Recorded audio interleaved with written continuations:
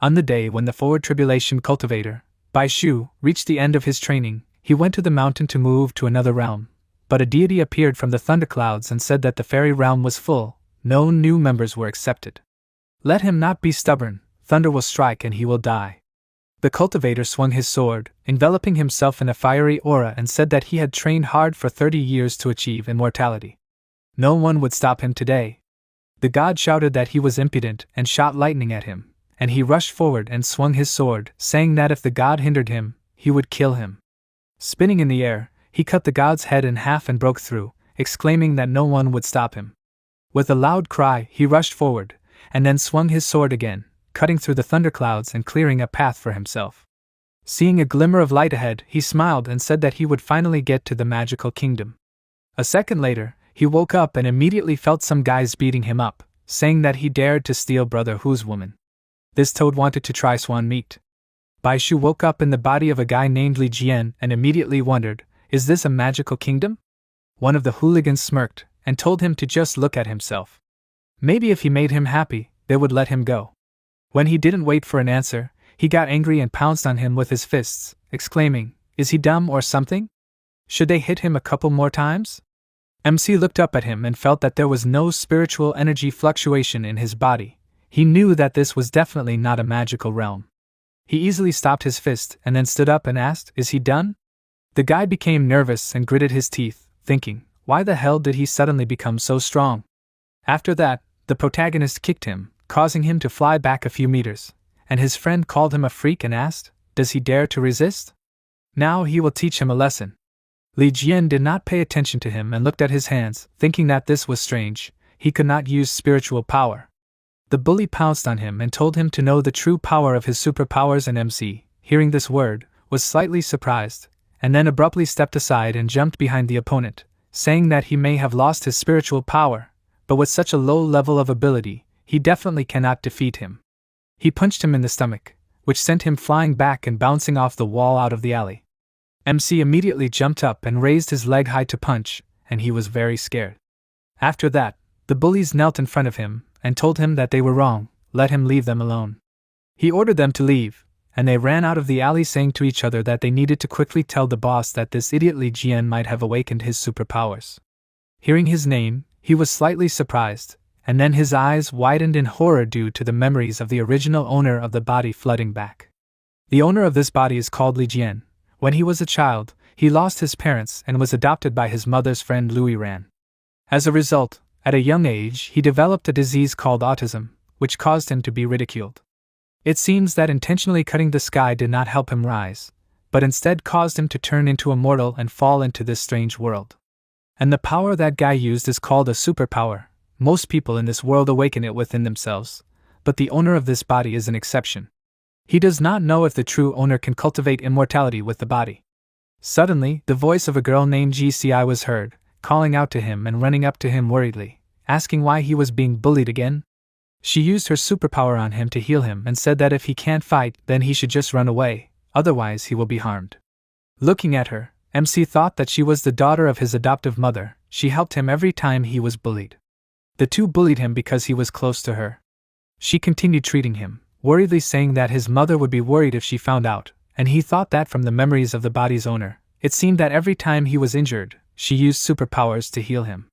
It turns out that superpowers also have their own attributes. After finishing treating his arm, she smiled and said that it was good that he wasn't beaten too badly this time, otherwise, with her powers, he would have definitely had to go to the hospital for a while.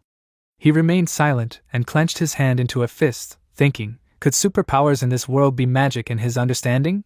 Noticing that he was ignoring her, she hit him on the forehead with her finger and asked displeasedly why he was silent. He was slightly surprised, and then calmly asked, how could ordinary mortals hurt him? GCI crossed her arms over her chest and thought, had his autism developed into schizophrenia? Noticing her strange look, he wondered if she was looking down on him. Deciding not to dwell on his strange behavior, she took his hand and said that they needed to go home. Their mother had been waiting for them for a long time. As they were heading home, the protagonist realized that this world was completely different from his previous one. There were endless tall buildings built in a row. And there was also a form of transport called cars that could easily travel hundreds of miles. And all the people of all ages dressed poorly, exposing their skin, although this violated etiquette, but it seemed to be liberation from yet another shackles of his past world. And superpowers were the forces that dominated this world. He didn't know the aura of this world or whether cultivators would be affected by superpowers. A difficult path awaited him in recreating a new world, but even if it was difficult, he would still achieve his long-standing desire ascension. Soon they reached the eastern street and entered the house, taking the elevator to the desired floor. GCI happily walked towards the apartment, saying that they were finally home, but suddenly froze in place, asking why he was here? Wondering who could have scared her so much, Li Jian narrowed his eyes and turned his gaze to the person in front of them. It was Ji Chengtian, GC's father. He walked up to his daughter and greeted her, and she asked what he was doing here. He replied that he just came to talk to her mother about something. Louis Ran, who appeared in the hallway, said his name with displeasure and told him to get out of here. He straightened his tie and said with a smile that she didn't seem very happy to see him. He walked towards the elevator and wanted to touch his daughter, but she immediately covered herself with her hand and told him not to touch him, and he told her not to worry, he would come to see her in a few days. He passed by the protagonist and said that she couldn't get away from him anyway. MC turned around and thought that he had an affair, but they made up with Louis Ran, and eventually with GCI too. But he interfered and controlled them a lot in life. However, there is no information about this in Li Jian's memory. He turned his gaze to GCI, who was crying in her mother's arms, and thought that however, the appearance of this freak does not bode well, so he is afraid that there will be a lot of trouble in the future, so he should cultivate as quickly as possible. After this incident, he went outside, where the moon was already shining in the sky. MC rubbed his face with his palm, thinking, what in this world is going on? He would like to know more, but Louis Ran and GCI fell asleep while crying in each other's arms. First, he needs to practice. He sat down on a nearby bench, crossed his legs, and closed his eyes, thinking that he hoped that the true owner of the body could cultivate immortality with his spiritual essence. He needed to infuse chi into the body and absorb the spirit of the heavens. Streams of energy appeared around him, and he thought that the ancient spirit was a technique he had created in his past life. It could condense the spiritual energy it absorbed to make its realm more durable. It became more crushing when it encountered immortal cultivators of the same realm. Streams of energy entered his forehead in thin streams, and he entered the spiritual realm. He saw 3 small streams approaching his hand, and thought, is the aura of this world so thin? Even with the ancient spiritual energy, it could only condense 3 spiritual powers. He concentrated even more intensely, sweat flowing down his body, and he thought that the chi was penetrating into his muscles and veins, tempering his will, maintaining his nature, and strengthening his spirit. And to achieve immortality, he needs perseverance, no matter how difficult it is. At that moment, his whole body seemed to be lit up with flames, his veins bulged, he clenched his teeth from tension and thought, could this feeling mean that he has a rare body, which is the inherent body of the Tao? After the flash of energy, he was engulfed in flames and, looking at his fist, he thought that spiritual energy was so subtle that he could practice it in the blink of an eye, but he still reached the 5th level of chi purification. An unexpected female cry for help distracted him from meditation. He immediately opened his eyes and saw that a girl named Gu Tianan was running towards him, but she suddenly tripped and fell. Some guy caught up with her and said that she had nowhere else to run. Let her play with her little brother. In fear, she crawled back from him and shouted for him to not come closer. She abruptly turned to Li Jian and, helplessly lying on the ground, stretched out a trembling hand to him and asked for help. MC remained silent. He measured her with an indifferent look, and the guy, approaching him, told him to go about his business. The protagonist turned his gaze to him and said that it turns out that there are enough idiots everywhere. The guy got really angry at these words and shouted that he asked for it. Weak flashes of lightning danced around him, and then they suddenly increased in size, and he stretched out his hands forward, pointing them at Li Jian, saying that today he would experience the power of 2nd-level abilities. The flashes of lightning approached MC and he thought, is this a thunder attribute? It's time for him to try the results of today's cultivation. He used his abilities, and at the same moment, the lightning that approached his face froze in the air. At one point, the lightning turned to stone, and the guy, looking at his petrified hands in surprise, exclaimed, his thunder and lightning did not hurt him? So his abilities are higher than his? Li Jian jumped off the bench and swung, answering that only short-sighted imbeciles would focus on the so-called levels. The guy was very scared, realizing that the stranger in front of him was stronger, and backed away, offering to discuss everything with him. But in response, he punched him in the stomach, which made him scream in pain. After that, the guy fell on his back, foaming at the mouth, and Li Jian said that you can't get rid of everything with superpowers. Suddenly, he felt something and turned around, seeing that the girl was hugging him and sniffing, saying that he smelled so nice. He felt that her blood circulation was too strong, and thought that someone probably pumped her with substances. He grabbed her hand and pulled her towards himself, apologizing in advance, and then extended 2 fingers forward and began to poke at different points on her body, which made her gasp and, breathing heavily, said that it was so great. She lost consciousness, and the protagonist caught her in his arms, thinking that the bad substances had dissolved, so after a cup of tea she should wake up. At that moment, her brother Gu Tianjiu, who had the 3rd level of superpowers, came up to them and, calling him an idiot, told him to take his hands off her. He walked towards him threateningly, lighting a flame in his hands, and MC thought, is this another ability? The man sped up and shouted that he will kill him, and the protagonist threw his sister onto the bench and stepped back, saying that he is too slow. Although his cultivation level is not higher than the 5th level of chi purification, but he does not need any magic to deal with a guy with a low level of ability. He grabbed the opponent's hand, which surprised him, and then threw him into a tree and said that this will be enough. Tianjiu fell, and his opponent came up and put his foot on his head, after which he thought that he was too fast, he cannot reflect his blows at all. Is he from the top academy? He looked up at him and met Li Jian's menacing gaze, asking, did he just say he wanted to kill him? The man slowly stood up with trembling hands and feet and said that he could humiliate him, but he shouldn't dare touch his sister. His entire body burst into flames, smoke came out of his mouth, and MC, noticing this, thought, did he want to use some kind of technique? Immediately after that, the entire area was illuminated by a bright flash of flame, and the protagonist had to quickly retreat back. A wall of flame appeared around his opponent, and he, rekindling the flash in his hands, said that maybe he hadn't mastered this technique yet, but his strength was enough to cope with him. He began to throw fireballs at him, but the protagonist was not at all afraid and closed himself with a barrier, thinking that this protective field of the body's inherent Tao could weaken the blow in a certain range. So that level of flame won't even come close to him. His opponent was exhausted at this point, and thought that his flames didn't hurt him. So his ability is Earth Element? But it seems to him that he doesn't have any superpowers at all. Noticing this strangeness in him, he cursed loudly and exclaimed, who the hell is he? Li Jian told him to think about himself better. His blood is boiling and his heart can't take it. He's going to blow himself up now. As soon as he said this, a strong pain pierced Tianjiu. He fell to one knee and felt like his whole body was burning from the inside. The protagonist decided to go to him to help and grabbed his shoulder with one hand, and he became worried and exclaimed, what is he trying to do again? Seeing him swing his other hand, he got scared, and then he felt him poke his fingers at points on his body several times and backed away. MC asked, is he feeling better now? Feeling better, the man asked, is he saving him? He replied that he simply misunderstood. He wanted to protect his sister, and he had no intention of killing him.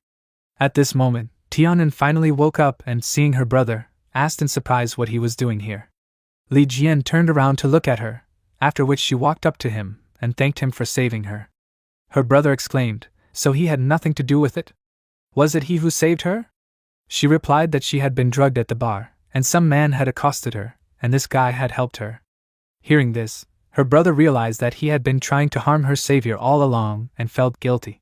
He awkwardly scratched the back of his head and apologized to him, saying that he had made a slight mistake. He replied that since all the misunderstandings had been resolved, he should go. But an old man with his subordinates appeared on his way, who laughed loudly and said that since it was a misunderstanding, they could just talk about it. The protagonist asked, who is he? The old man sitting in a wheelchair replied that he was their grandfather, Gu Wen. If it weren't for his help, his dear grandson would have exploded right now. Could he invite him into his humble home and pay for his help? Li Jian seemed uninterested and walked past him, replying that he didn't need it, and Gu Wen said that although he was a researcher of supernormal abilities, he was also well versed in the secrets of ancient powers.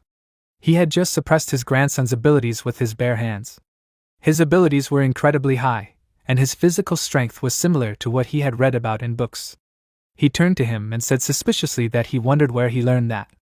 The protagonist paused for a second and felt that there was absolutely no fluctuation in spiritual power around this old man, and then thought that he was sick, but he seemed to be able to sense changes in his spiritual power. He was quite complicated. He moved on and replied that it didn't matter. After that, his grandchildren came to him and Tianjiu asked, "Who is this? His body and strength are quite unusual." Tianan smiled and asked, "Is this strange?" But she still thinks he is cute. He stopped her brother's self-destruction so easily, and maybe he can cure Grandpa's leg problems. The old man ordered that no one dare to spread the news and called out to his grandson, asking him to get information about that guy. He wants to find him. He thought that if he really is legendary, his Gu family will prosper with his help. A new day arrived. Louis Ran knocked on Li Jian's door, and then went inside and handed him some clothes, saying that school started today, so she prepared a new uniform for him. He accepted the uniform from her hands with a smile and thanked her. Hearing this, GCI ran into the room and asked, "What kind of sudden politeness is this? He is really strange today." She hugged her mother and said that she had specially picked this out for him, and it took her 3 months' salary. Her mother had never even bought her such expensive things. He looked down at the clothes and thought, their family is not rich, but they can spend 3 months' salary to buy new clothes. It seems they really consider him a full-fledged member of the family. Louis Ran began to tickle her daughter and said discontentedly that she was always buying her something. GCI laughed until she cried and asked Li Jian to try on the clothes and show them, and he thought that they treated him so well, so he should take the protection of this family upon himself. After that, they went to Yajun.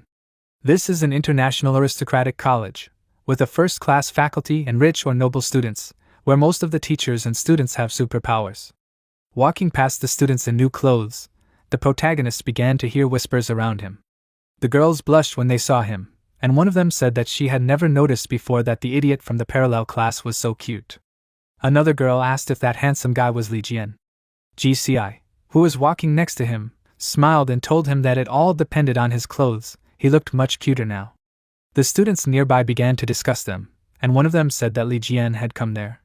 His friend asked if he had autism? If he had said so, he would not have noticed. Is that their school beauty, GCI? If that idiot could sleep with her, he would be completely surprised. They heard their words and MC thought that he originally had no strength at all. Thanks to GC's help, he has the opportunity to attend college. But he never thought that because of his illness, he would become an object of ridicule for those kids. They wanted to go further, but suddenly the road was blocked by bullies. One of them came forward and asked, "Has their fool finally come?" She became worried and pulled her friend's hand, saying that they need to leave, they should not run into them again. Chen Hu, the main bully, began to approach him with his friends and told him not to think that if he puts on nice clothes, they will not treat him like a normal person. The bullies laughed among themselves and Li Jian thought that this guy is quite a rich and influential person in this school. After unsuccessfully trying to get close to GCI, he often pestered the real Li Jian for being close to her. After that, Chen Hu came up to him and grabbed him by the clothes, saying that it was time to settle the score. GCI became very worried and asked him not to do it, and her friend's face darkened and he told the bully to quickly take his dirty hands off him. Since he was in no hurry to do so, he became very angry and grabbed his hand tightly, threateningly saying that he told him to take his hand off. He squeezed his hand even harder, which made it turn blue, and he again asked him to take it off. Chen Hu pulled his hand out of his grip and saw that it was all blue. He screamed loudly in fear, and one of his friends said that this idiot does not value his life at all. How dare he touch Brother Hu? He has a level 5 ability, so now there will be a show. GCI at this time looked at her friend in surprise and thought that this was strange. Why did he become so strong? Hearing the students' words about level abilities, MC thought that the cultivation system is divided into 8 levels. The initial level of ability is divided into 9 levels, the rest are divided into 3 stages: high, middle, and low. The first level is the ability Chi Purification. Then the Manipulator Chi Foundation, Challenger Foundation Creation, Conqueror Soul Birth, Absolute Power Holder Deification, Judge Return to Absolute Emptiness, Threshold Harmony, Ruler Peerless God of War, Killing Death Immortality Triumph. The 5th level ability is equivalent to the 5th level of Chi Purification Cultivation, but he does not know how strong the ability is at this level. The hooligans helped Chen Hu stand up and he exclaimed, "Why did this paralytic become so strong?" One of them replied that perhaps this fool awakened a supernormal ability within himself. He beat them up pretty well last time, he should be more careful. Their leader gritted his teeth in rage and exclaimed that a fool who had awakened abilities was still a fool. If he dared to joke with him, he would kill him. After saying these words, he waved his hand, signaling his friends to act, and they rushed to attack. Seeing this, GCI stood up to protect her friend and, covering him with her body, exclaimed that they were in an educational institution. What do they think they were doing? One of the bullies clenched his hand into a fist to hit her, and said that brother whose father was one of the managers, so he himself was in charge here. She closed her eyes, preparing to take the blow, but at that moment her friend grabbed her by the waist and pulled her towards him, helping her avoid the blow. She looked up at him with a surprised and embarrassed look, and he swung his leg and delivered a powerful blow, from which the bully coughed in pain and retreated. Meanwhile, GCI continued to stare at his face in surprise and wondered where all that power came from. Maybe Chin-Hu was right and his abilities had really awakened. We hope you enjoyed Suddenly, diving into her today's eyes epic widened story. as she noticed something If you're as behind him passionate and about worriedly anime, told him manga, to be and careful. manhwa as we are, make The sure to second like bully this attacked video, MC share from it with your behind, fellow gathering fans, energy and around hit his that hand, subscribe button and said to that he join had our just growing awakened the community. crystal energy Don't yesterday, forget to ring the bell so you now never he would miss give out him on a the good next beating. adventure. He immediately We've got turned around plenty to more strike, legendary but the tales, bully suddenly glowing disappeared reviews, into thin and air. hidden gems coming A your second way. later, Want he to was support the behind him channel and said help that he us was keep here, creating and awesome the content? protagonist turned Then around remember and thought join that the this Mythos was family interesting. today. This Until is a next method time, of using keep the wind to exploring, move with keep basic dreaming, control and let's skill. make it mythic. Too bad This it's is only Manhwa Mythos superficial. signing off. He See you in suddenly the turned next towards one. him and swung his hand, then hit him with all his might, causing him to fly back.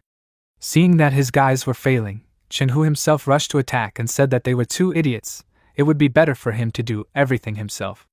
He gathered a bright flash in his hands. This was his shining punch ability. Because of the bright light, GCI covered her eyes with her palm, and the bully thought with a smirk that as young Master Wan Jin, he had already awakened his superpowers since childhood. Now he can use a shining punch, the strength of which is far superior to attacks of the same level. Fighting a brainless person like him who just awakened the power is as easy as crushing an ant. But suddenly he felt something and his fist froze a few centimeters away from MC, who was looking at him with a smirk. He extended his index finger forward, causing the opponent to freeze in place, which made his body tremble in fear, and he thought, how is he doing this? Why did this idiot's aura suddenly become so strong? He fell on a flat surface and covered his head with his hand, exclaiming that this was impossible.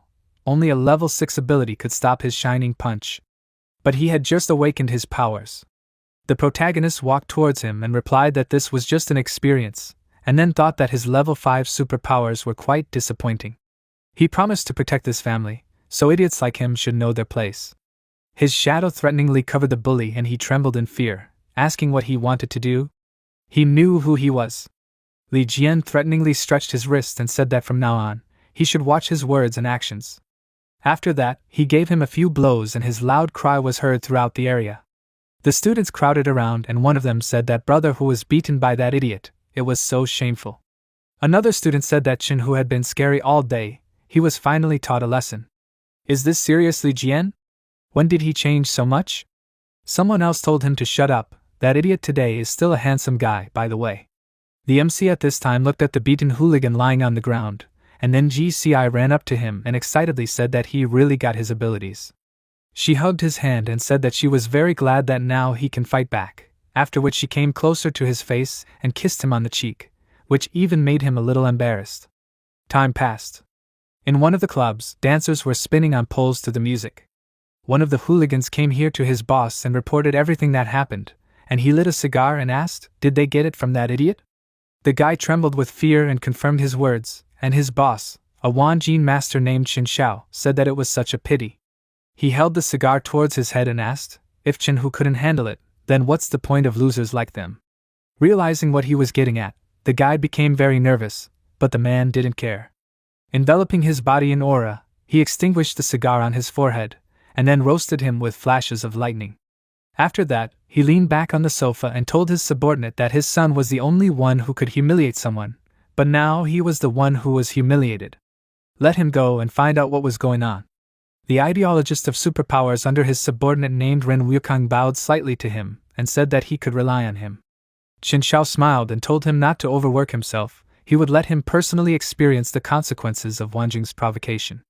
Meanwhile, GCI walked home with Li Jian, and she pointed her finger at him, saying that although Chin-Hu deserved to be punished, he was too cruel. His family is quite powerful. What if he gets into trouble?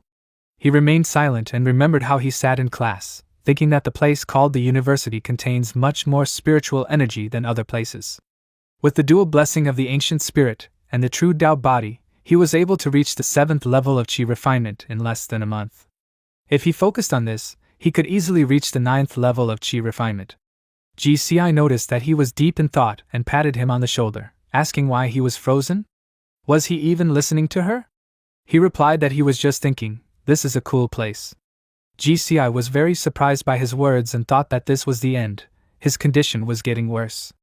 They continued walking, and when they passed by a glass building, Li Jian suddenly noticed something behind the glass and became worried. The glass shattered and pieces flew in all directions, but he quickly reacted and pulled his friend towards him, and then stretched out his hand forward, using his power, and protected other passers-by from the pieces. They were enveloped in his aura and rose into the air. After waiting for the shards to fall, he let them go, and told them to run away. All the people immediately ran in panic in different directions, and GCI, clinging to her friend, asked what happened. She noticed a cut on his cheek and worriedly told him about it, after which he wiped the blood with his finger, and replied that he was fine. After that, he looked at his finger, thinking that dispersing spiritual energy to protect others allowed this attack to break through his true Tao body. Ren Wukong came out of the destroyed building towards them. He walked on the shards of glass and, stopping not far from them, said that this was very interesting. The man with newly awakened superpowers was able to reflect his attack. Li Jian stepped forward and covered GCI with his hand, asking who did he come from? She pulled his hand and told him not to waste time on him. He was such a manipulator, he should better run away. The protagonist took a closer look at him and thought that with an aura comparable to his 9th level of Qi refining, he had finally found a worthy opponent. The man spread his arms out to the sides and asked with a smile, was he pretending to be like this or was he really a fool? Let him think carefully, did he touch anything that shouldn't have been touched? Even though the master had asked him to be more careful, he definitely wasn't going to hold back. He lit a flame in his hand and MC seemed to be grabbed and lifted into the air. His friend called out to him in fear, and he looked down at the bonds and thought that this was a familiar technique. A second later, this force pulled him to the side and slammed him into the nearest wall, causing pieces of it to fly everywhere. His opponent cursed with a wide smile, and then collected all the debris with his power and sent them straight at him. GCI called out to Li Jian worriedly, and at that moment, pieces of the wall fell with a roar onto the place where he was. A lot of dust rose, and the girl, with tears in her eyes, looked at this pile of rubble, cried and called the man an idiot, saying that he killed him. He walked towards her and, closing his eyes, with a slight smile, told her not to scream. Although the master doesn't need her, he doesn't mind feeling more blood on his hands. Feeling something was wrong, he decided to turn around and saw Li Jian jump out from under the pile of rubble, clutching a piece of rebar in his hand. Then he looked up at him and said that he had interesting handwriting. Wukong was stunned, realizing that he was alive, and asked how this was possible. He stretched out his hand forward, using his superpower, and shouted, "What kind of superpower did he awaken?" MC didn't answer him and closed his eyes to concentrate. After that, he suddenly opened his eyes and everything that was previously hidden was revealed to him. He saw the true superpower of his opponent. Huge bone hands were coming out from him, reaching out to him, trying to embrace him from both sides. He thought that there were disciples in Tiantong who used these techniques. They were addressed by the heavens and attacked with the power of Qi. They were considered strong back then. One of his eyes flashed red and he, casting a menacing look at the opponent, said that if he used his old tricks again, he would not be able to harm him. He rushed down and pinned the opponent to the ground with his energy, and his bone hands crumbled. After that, Wukong stood up and, spitting out blood, exclaimed that this was impossible. How did he defeat the Shadowless One? He took a more stable stance and, covering his body with aura, resolutely told him to attack again. He stretched his arms up, again collecting pieces of the building, and sent them towards Li Jian, who was flying towards him. As soon as the debris approached him, he used the 4th type of Lingua sword technique, and quickly swung the sword, causing all the debris of the building to immediately break into several small ones. The man looked at him in shock and saw his true form as a cultivator quickly approaching him, and froze in place. MC rushed forward, having struck before, and raised dust clouds behind his back. Coughing up blood, Wukong thought that he was defeated by an idiot who had just awakened.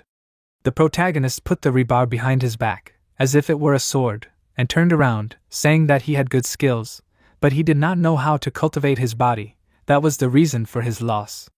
The man only coughed in response, and Li Jian at that moment realized that out of habit he had put the rebar behind his back and smiled awkwardly, thinking that this world was not like the world of immortality that he knew before. GCI immediately ran up to him and asked excitedly, "Is he okay?" He replied that such weaklings can't hurt him. It exclaimed displeasedly, "Is he still having fun?" He scared her to death. Wukong looked up at them and said that this is not the end. If they offend Wan Jin, then Master will definitely make their lives hell. Hearing this, the girl became worried and asked, "They won't provoke any influential people, right?" Suddenly, Tianzhuo's voice came from the side, asking, "Who is this Wan Jin gang?" He walked to the scene with his sister and subordinates, and said that he would like to see who dared to touch his Gu family. Hearing this, Wukong was very surprised and nervous, and Tianren, noticing MC, ran up to him and hugged him, saying that he was her hero. He made her look for him. GC's face darkened as she stood next to him, seeing some stranger hitting on her friend, and she pressed herself even closer to him and said that he always smelled so nice. He looked at her in surprise and thought, are these the brothers and sister he saved that time? But what are they doing here? GCI got angry and asked him who she was.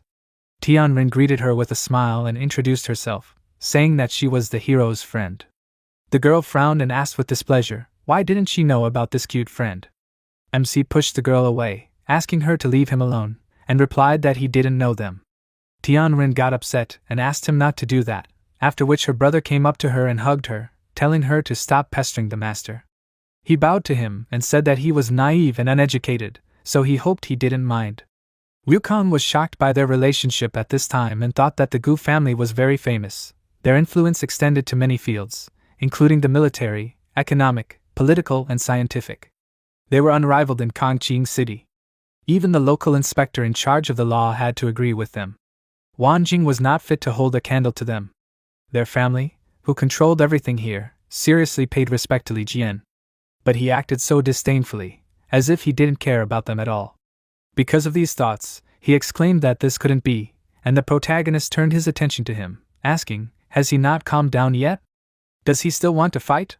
The man immediately bowed to him, hitting his forehead on the floor, and calling him master, begged him for mercy. He did all this unintentionally. It was all Chen Xiao. He was following his orders. Hearing the familiar name, he thought, is this Chen Hu's father? Tianzhuo said that Chen Xiao used to be just a little dog raised by his uncle Lian. After leaving his family, he decided to form a gang to make money? Why would he even trust him? He turned to Li Jian and asked her to leave it to him. It was time to learn from his mistakes regarding their family's dear guest. MC agreed and throwing a menacing look at Chen Zhao's ward said that if he dared to persecute him or GCI in the future, he should be prepared to answer for it. He stood up and replied that he understood everything, and then hurried away. GCI approached her friend and asked, what's going on? Are they really from the powerful Gu family? He confirmed her words and noticed that Tianzhuo seemed to want to tell him something, asked, is something wrong? He replied that he was about that situation. He wanted to invite him to Gu's house to express his gratitude. He replied that he didn't need to. Their family was so powerful that he didn't have to do anything that day, and nothing would have happened to his sister anyway. He and GCI started to leave, and Tianzhuo became worried, asking him to think about his offer again. Tianren ran up to him and folded her hands in supplication, asking him to come with them, or their grandfather would scold her. Li Jian turned his gaze to her and seemed to sense something. He pulled her to him by the waist and thought that although her breathing was very weak, it was quite obvious. Tianren was a little surprised and called out to him, and then became embarrassed and bringing her hand to her chest, asked what he wanted to do. MC's gaze dropped to her chest, where the pendant hung. He decided to check what it was and reached for it with his hand, and as soon as he got closer, the girl became even more embarrassed and asked him not to touch her. GCI, meanwhile, froze in shock at the sight of her close friend reaching for the chest of a girl she did not know, and found no words to say anything. On the contrary, Tianzhuo began to smile and asked, even he cannot resist worldly temptations? After that, Li Jian still took off the pendant with a precious stone from Tianren and thought that it was a treasure of the earth. Seeing this, Tianzhuo was slightly disappointed and raising his hand to his forehead said that he was just holding it, and he made it up. GCI said that it looked like he was sick again and suddenly became interested in some strange small stones. Tianren told him that this was her grandfather's ancient collection. It drove away evil spirits and nourished the soul. If he was interested in this, then let him come to their house. Her grandfather had a lot of treasures. He thought that her grandfather probably really knew what immortality cultivation was, and it would definitely not hurt him to get heavenly treasures that could help him. So he had better go and check.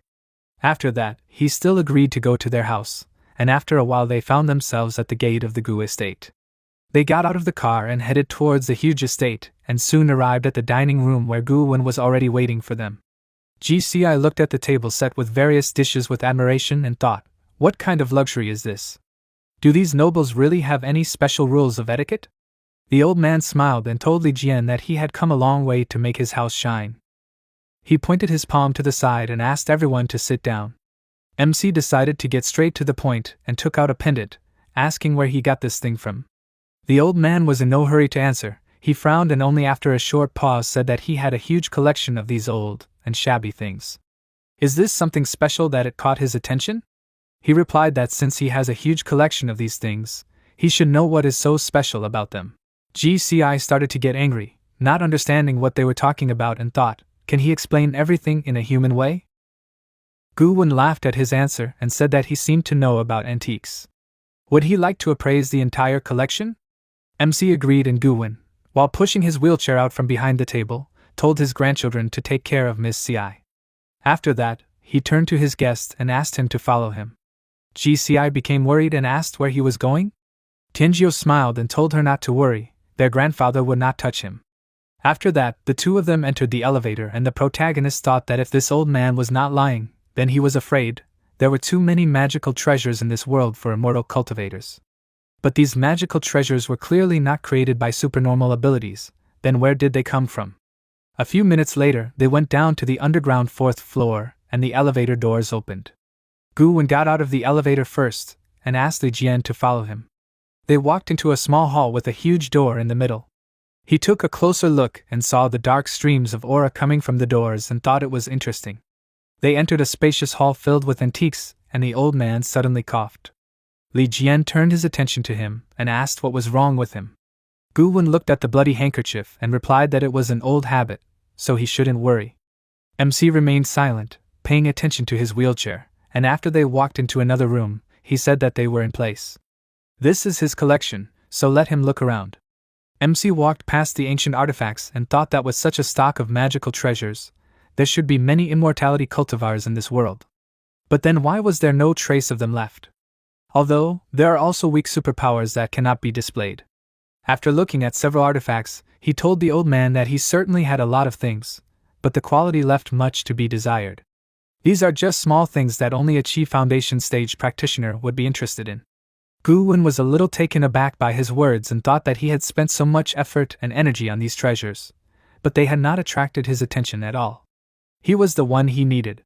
He put his finger on the button on the wheelchair and said that he could not please his children, and he was rather ashamed of it. He walked toward the display case that contained the ring and said that he still had one thing that, unfortunately, he did not know how to use. So he wondered if he could figure it out. Li Jian took a closer look and saw a ring inside. It looked quite valuable. He felt something again and realized that the aura he had felt earlier actually came from this ring. Gu Wen said that this was a cursed ring. Its special feature was precisely in its name. Anyone who touched this ring would go crazy. And in the worst case, he would simply be burned alive by the black flames erupting from within. Li Jian looked at him and thought, is he testing him?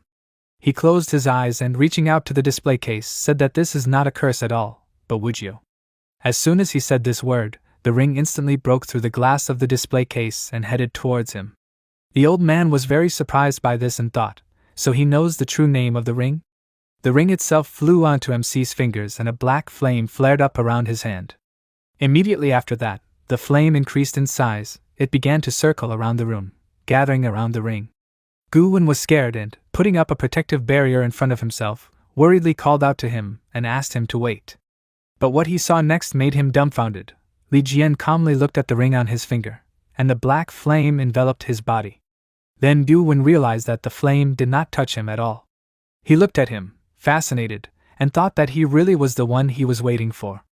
At this time, MC continued to stare at the ring and thought that the Wujio ring was not a treasure at all, but it was very helpful to him. Although he would have to work hard, he should use it to his advantage. He closed his eyes to concentrate, and entered the spiritual space of the ancient ring. A different view immediately appeared in front of him, the hot earth, smoke and ash all around. Feeling someone's presence, he decided to turn around and saw a three-headed dog, a hellhound, approaching him with a menacing grin. He remembered how one cultivator fought with this dog and thought that in his past life, the master tried his best to pacify the three-headed dog from hell. But he did not expect that he would meet it after being reborn in another world. It was a pity that his cultivation was already exhausted and only a part of his soul remained. Suddenly, the hound roared, emitting black flames from three mouths that rushed towards MC at high speed. He erected a protective dome around himself and thought, "Is the dog angry? A wild dog that has lost its body dares to use spiritual consciousness against him." Seeing that this attack did not work, the hound decided to pounce on Li Jian, releasing its sharp claws. Looking at the huge dog above him, he asked, how could his consciousness be compared to that of some beast? His eyes flashed menacingly, and he ordered the hound to sit down. The huge dog was immediately pressed to the ground, forcing it to bow before Li Jian. But the beast did not want to obey. It tried to get up and howled loudly. A menacing appearance appeared behind MC, which by its appearance alone inspired wild fear, and he took a step towards the hound, ordering it to sit down and obey him. The hound looked up at the creature that was behind him, and was terrified. It squealed in fear and then suddenly decreased in size, becoming a small harmless puppy. MC picked up the dog by the scruff of the neck and told it to remember, he was now its master. If it dared to show disobedience, then he would simply crush its soul. From his words, the three-headed hound was very scared and did not make a sound. After that, he came out of the inner realm of the ring and thought that although the hellhound only had a soul left, he could use the Wujiu ring to create a physical body for himself with the same level of cultivation as the owner. If he was strong, the hound would be even stronger. The dog would definitely be useful to him in the future. Gu Wen was very happy and exclaimed that he was really the person he was looking for. He and his family were very happy. But before he could finish speaking, blood spurted from his mouth during another coughing fit, and the main character turned to him, and then the button on the wheelchair began to glow red and reported that his vital signs were unstable and that medical assistance was urgently needed. After watching him for a few seconds, MC came closer and touched his wrist, feeling the veins. He saw the flows inside his body, and thought that the long-term illness and the accumulation of toxins in the 5 meridians were definitely Hinshin Ran's poison. He was curious that despite the power of the Gu family, someone still dared to poison him. He lit a flame of energy in his hand, thinking that none of this concerned him at all, but today, luck was on his side. As thanks for the ring, he would save his life. He stretched out his hand to do so, but suddenly the Gu family members ran into the hall, and one of them named Damien called the old man his father, then rushed towards Li Jian, calling him an idiot, and told him to quickly get away from my father. He walked up to Gu Wen with the doctor and asked him what he did to him. He replied that he was saving his life. The man exclaimed, "Does he think he is completely stupid?" It was obvious that he wanted to harm the old man. The protagonist began to get irritated by this and, about to use the ring, thought that he was an ignorant idiot. But then Gu Wen's grandchildren appeared in the hall and asked what happened. Why was he arguing with the master? Damien exclaimed, how could they call some brat a master? Had Stark become so stupid that he believed a charlatan? Tianjiu told his uncle that the master was really a good person. Perhaps he had misunderstood something. He turned his gaze to Li Jian and let out a nervous laugh, saying that he believed more in what he saw. His father was more important now, but he would take care of him once he recovered. He grinned and thought, how could he possibly know how to treat his illness? Damien asked Dr. Andrew to begin and he, using his abilities, replied that he would do everything he could. He used a healing superpower called hydrotherapy and a stream of water swirled around him, enveloping the body of the head of the Gu family. After watching this, MC thought that manipulating the water in the body to treat internal injuries was called water healing. But the poison had already entered the heart, so it was all useless. Gu Wen started coughing up blood again, which made his family worried and the doctor apologized, saying that his symptoms were too strange, his superpowers couldn't help. They had better prepare for his funeral. Gu Tianren's eyes filled with tears, and she immediately ran to her grandfather and said that he would be fine. His son's face darkened and he told the doctor that it wasn't his fault. After that, he turned to Li Jian in a rage, pointed his finger at him, and shouted that this was all that brat's fault. He must have done something to him while they were gone. Gu Tianren asked him to stop. Since the doctor couldn't do anything, then let the master try. She wants to save her grandfather. Her uncle yelled back that this bastard hurt her grandfather. How dare she let him even touch him? He's against it. Meanwhile, MC crossed his arms over his chest and said if he keeps wasting his time, nothing can help his father. The man yelled back that he's too cocky. He has no right to say anything here. Mr. Andrew is the town's top healer, he's never let them down. Now it's all because he did something to their old man. He calmly replied that he's already stopped him from saving his father several times. He really doubts his medical skills. His eyes narrowed in suspicion, and he asked with a sly smile if he had some ulterior motives and was just stalling for time on purpose now. The man gritted his teeth, not knowing how to answer that, and got nervous. He waved his hand to signal the guards and exclaimed, "He still dares to argue with him?" He ordered the guards to quickly arrest the murderer, and they rushed forward. But MC looked at his ring and thought that they were a bunch of idiots. After that, he snapped his fingers and told the hound to come out and play with them, causing a black flame to burst out in the hall, and behind it, the hellhound appeared and growled. The guards immediately caught him in the act and asked in fear, "Is this a summoning superpower? How can such a summoned beast even exist?" Tianjio looked surprised at this time. He thought that he could not reach the level of summoning a beast, and this person was truly unrivaled. But who is he anyway? Damien fell to the floor in fear and asked, "Who is he?" Li Jian walked towards him and said threateningly that he had better be more polite, or he wouldn't be able to handle the consequences. He walked past him and walked up to the head of the house and looked at him, thinking that after a while his condition had worsened due to lack of blood, but it was no problem for him. As long as the actual unreal conditions were combined and the meridians were stimulated, the body could eliminate toxins. He slowly waved his hands and used the freezing technique, and small sharp needles appeared in front of him. Tianjio wondered what he was doing there, and his sister said with admiration that her hero was simply incredibly alone. Their uncle didn't believe in his abilities and said that if their grandfather couldn't be cured, he was even curious about what he could do. With a sharp wave of his hand, MC directed the needles at the old man and they pierced different points on his body, after which they began to pull out the toxins, which made him feel sick. The doctor asked in surprise, "Is this Chinese acupuncture?" Tianjin looked at him blankly and he explained that Chinese acupuncture is one of the best medical techniques in the country. When used correctly, it can help unload the meridians, strengthen the body, and eliminate evil. It's just that their time in medicine increasingly uses superpowers. Ancient medical knowledge was lost. He had only heard about it before. Li Jian said that there was a lot of information about it. Meanwhile, the needles pulled out a black aura and the protagonist, putting his hand to Gu Wen's heart, said that the remnants of the poison accumulated in the vessels should be displaced with a surge of energy. Streams of energy began to gather around them and he, having collected the required amount, abruptly released it into the old man, causing the needles to jump out of his body and immediately healed, but he himself coughed up blood. His grandchildren became very worried and came closer. Seeing that his grandfather did not open his eyes, Tianjio called out to the master and asked, "Did he fail?" Damien was just waiting for this outcome. He smiled and said that he told them that he could not do it. At that moment, the head of the family opened his eyes and his grandchildren rushed to hug him, crying, saying that he scared them to death. He smiled and told them not to cry, he was fine now. Instead of being happy, his son was very surprised and asked, "Did he cure him?" Gu Wen looked at his hands, enveloped in energy, and said that since he got sick, this was the first time he felt so good. He placed his palm on his fist, showing his respect to Li Jian, and thanked him for curing him. He replied that he was able to save him because he was here now, but in the future, if someone poisoned him again, he could only pray. Hearing that it was not just an illness, his grandchildren became nervous, and Damien stepped forward and told him not to think that he could say such things just because he cured his father. Who could do such a thing under the protection of the Gu family? His health deteriorated because of his abilities. The protagonist replied that, however, he continued to slander, saying that he was the one who offended him.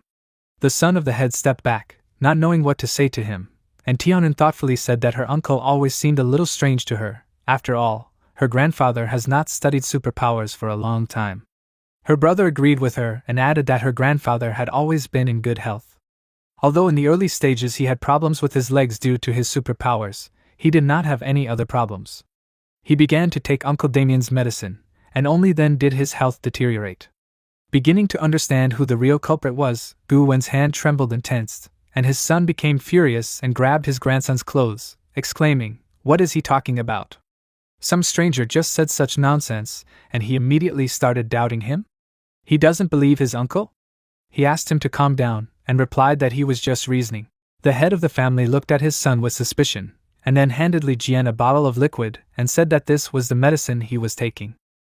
Could his son try it to prove his innocence? The protagonist took a closer look at it, and Damien exclaimed, "Is he doubting his own son? He is deliberately setting him up." MC handed him the medicine and said that since it is not poison, he should just drink it. The man was caught off guard and began to stutter, making excuses, and then his father said his name with displeasure, and he nervously asked how he could be so careless with medicine. Damien became nervous and cursed in his mind, thinking that he would not let this Li Jian ruin his day. How dare he set him up? The doctor said thoughtfully that he remembered Mr. Gu saying that the medicine was made from various natural herbs. It was safe for ordinary people to drink it.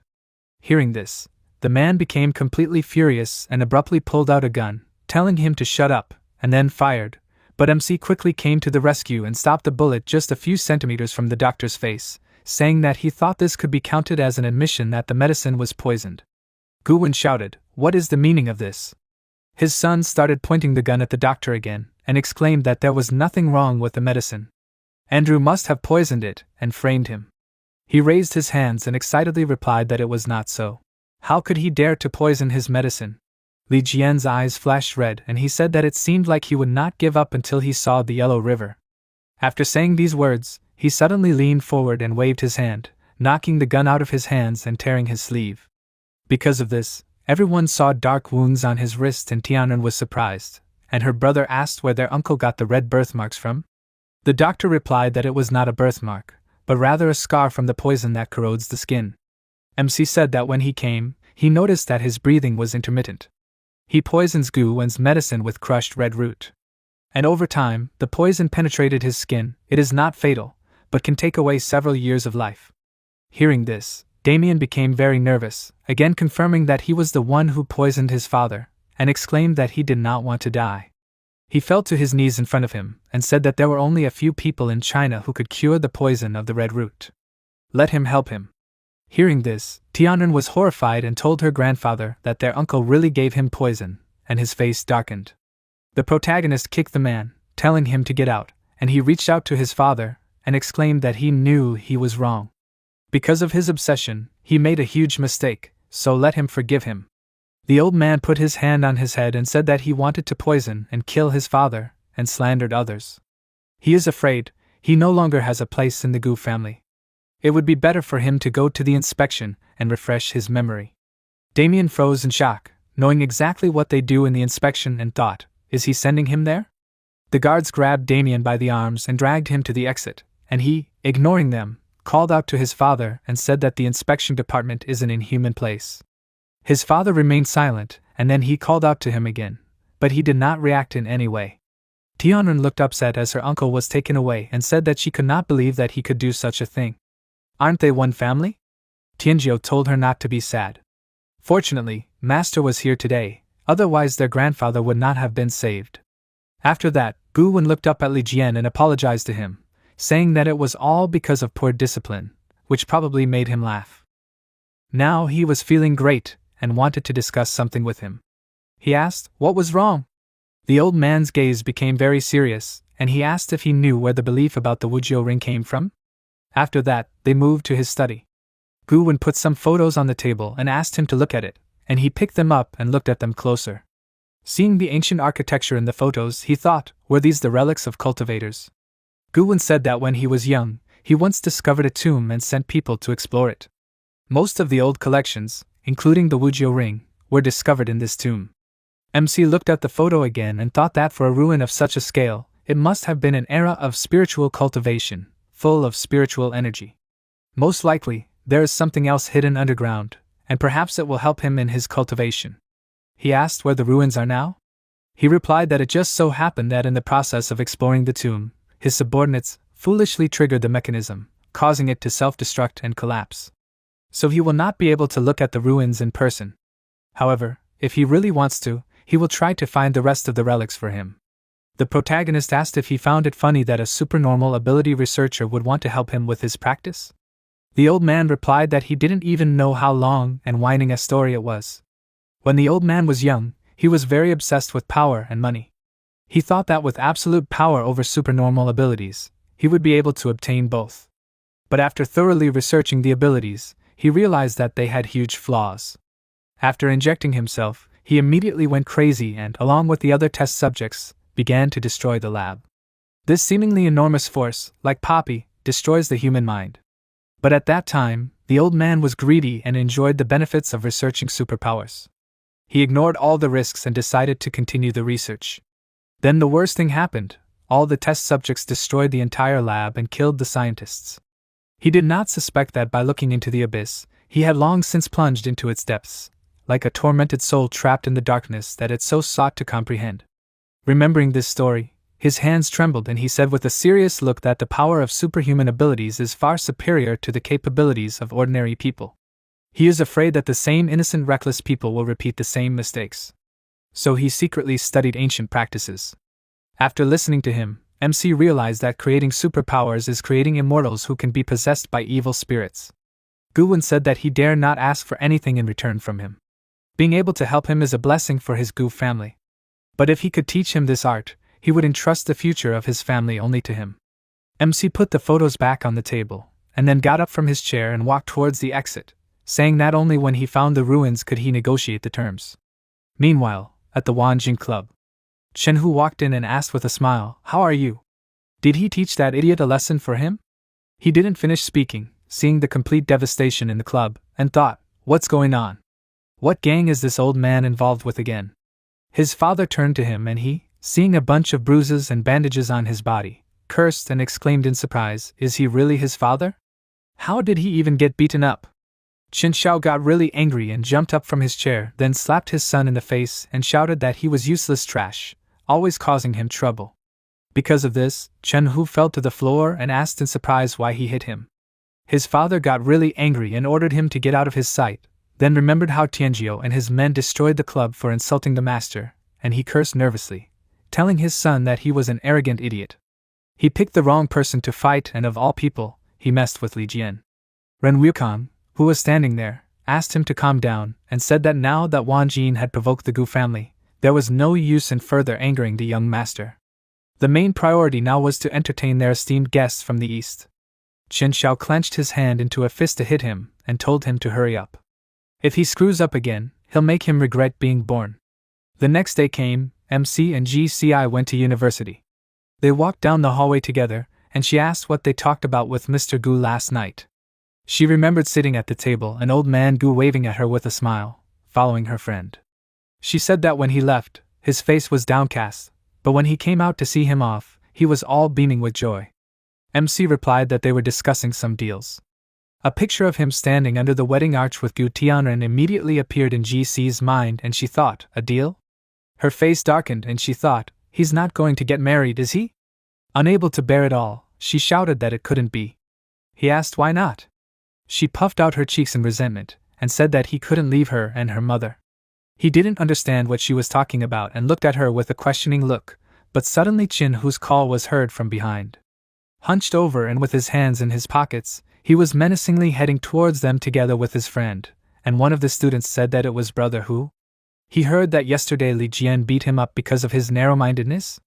Maybe now he wants to settle the score with him. Finally, there will be a show. As soon as Chin-Hu approached the MC, he and his friend gritted their teeth and immediately bowed. They apologized to him and said that they were wrong. Now at Yangjun University, he will have the last word. GCI was even a little surprised and squeezed her friend's shoulder. The students standing around were very surprised, and one of them asked, "What's going on? Why is he talking to him like that?" Another student said that Brother Hu is the director's son. So what is he so afraid of? Maybe this fool has supporters. Another student said that they had better not provoke Li Jian in the future. The protagonist walked around Chin-Hu and his friend and told them to leave. Let him not come near him and GCI anymore. Chin-Hu and his friend on their knees turned to him, still continuing to bow, and said that they understood everything. As they were leaving, the girl's phone in her pocket made a notification sound and she immediately paid attention to it. She took out her phone and unlocked the screen, saw something that shocked her greatly. She became nervous and froze in place, and her friend asked, "What's wrong?" She hid the phone behind her back and, taking his hand, said with a smile that everything was fine. They needed to hurry to class before it started. In fact, she received a message from Dunfang Yuanshou. He wrote to her that he missed her and offered to meet. A few days later, It was sunny outside, and MC was meditating on the stairs near the university stadium. 3 friends who were walking downstairs stopped nearby, and one of them noticed Li Jian and asked why he was frozen there. Does he even understand? His friend told him to believe him. He knows very well this special state of his. Another guy put his index finger to his lips and asked them to speak more quietly. Chen, who supports him. While the protagonist was meditating, streams of energy gathered around him, which spread around and reached the 3 students, and they immediately felt it. They fell to their knees. One of them cursed loudly, asking why he couldn't move his legs. Why did they suddenly feel so cold? The guy exclaimed that it was all his fault. He insulted Li Jian, and he heard it. MC opened his eyes and, looking at how they were trembling, thought that they were a bunch of unremarkable people who couldn't even withstand the aura that he involuntarily exuded. He waved his hand slightly, pulling the aura back to himself, and the guys immediately fell to the ground, and one of them asked what was just now. His friend said that it was the firstborn of chaos, and then they suddenly felt a gaze on them and became very nervous. Turning around, they saw Li Jian, who was calmly looking at them, after which they immediately ran away, apologizing and saying that they were wrong. MC at this time looked at his hand and thought that the 7th level of chi purification, the aura of the realm, is very thin. The possibility of cultivating to this level is the limit.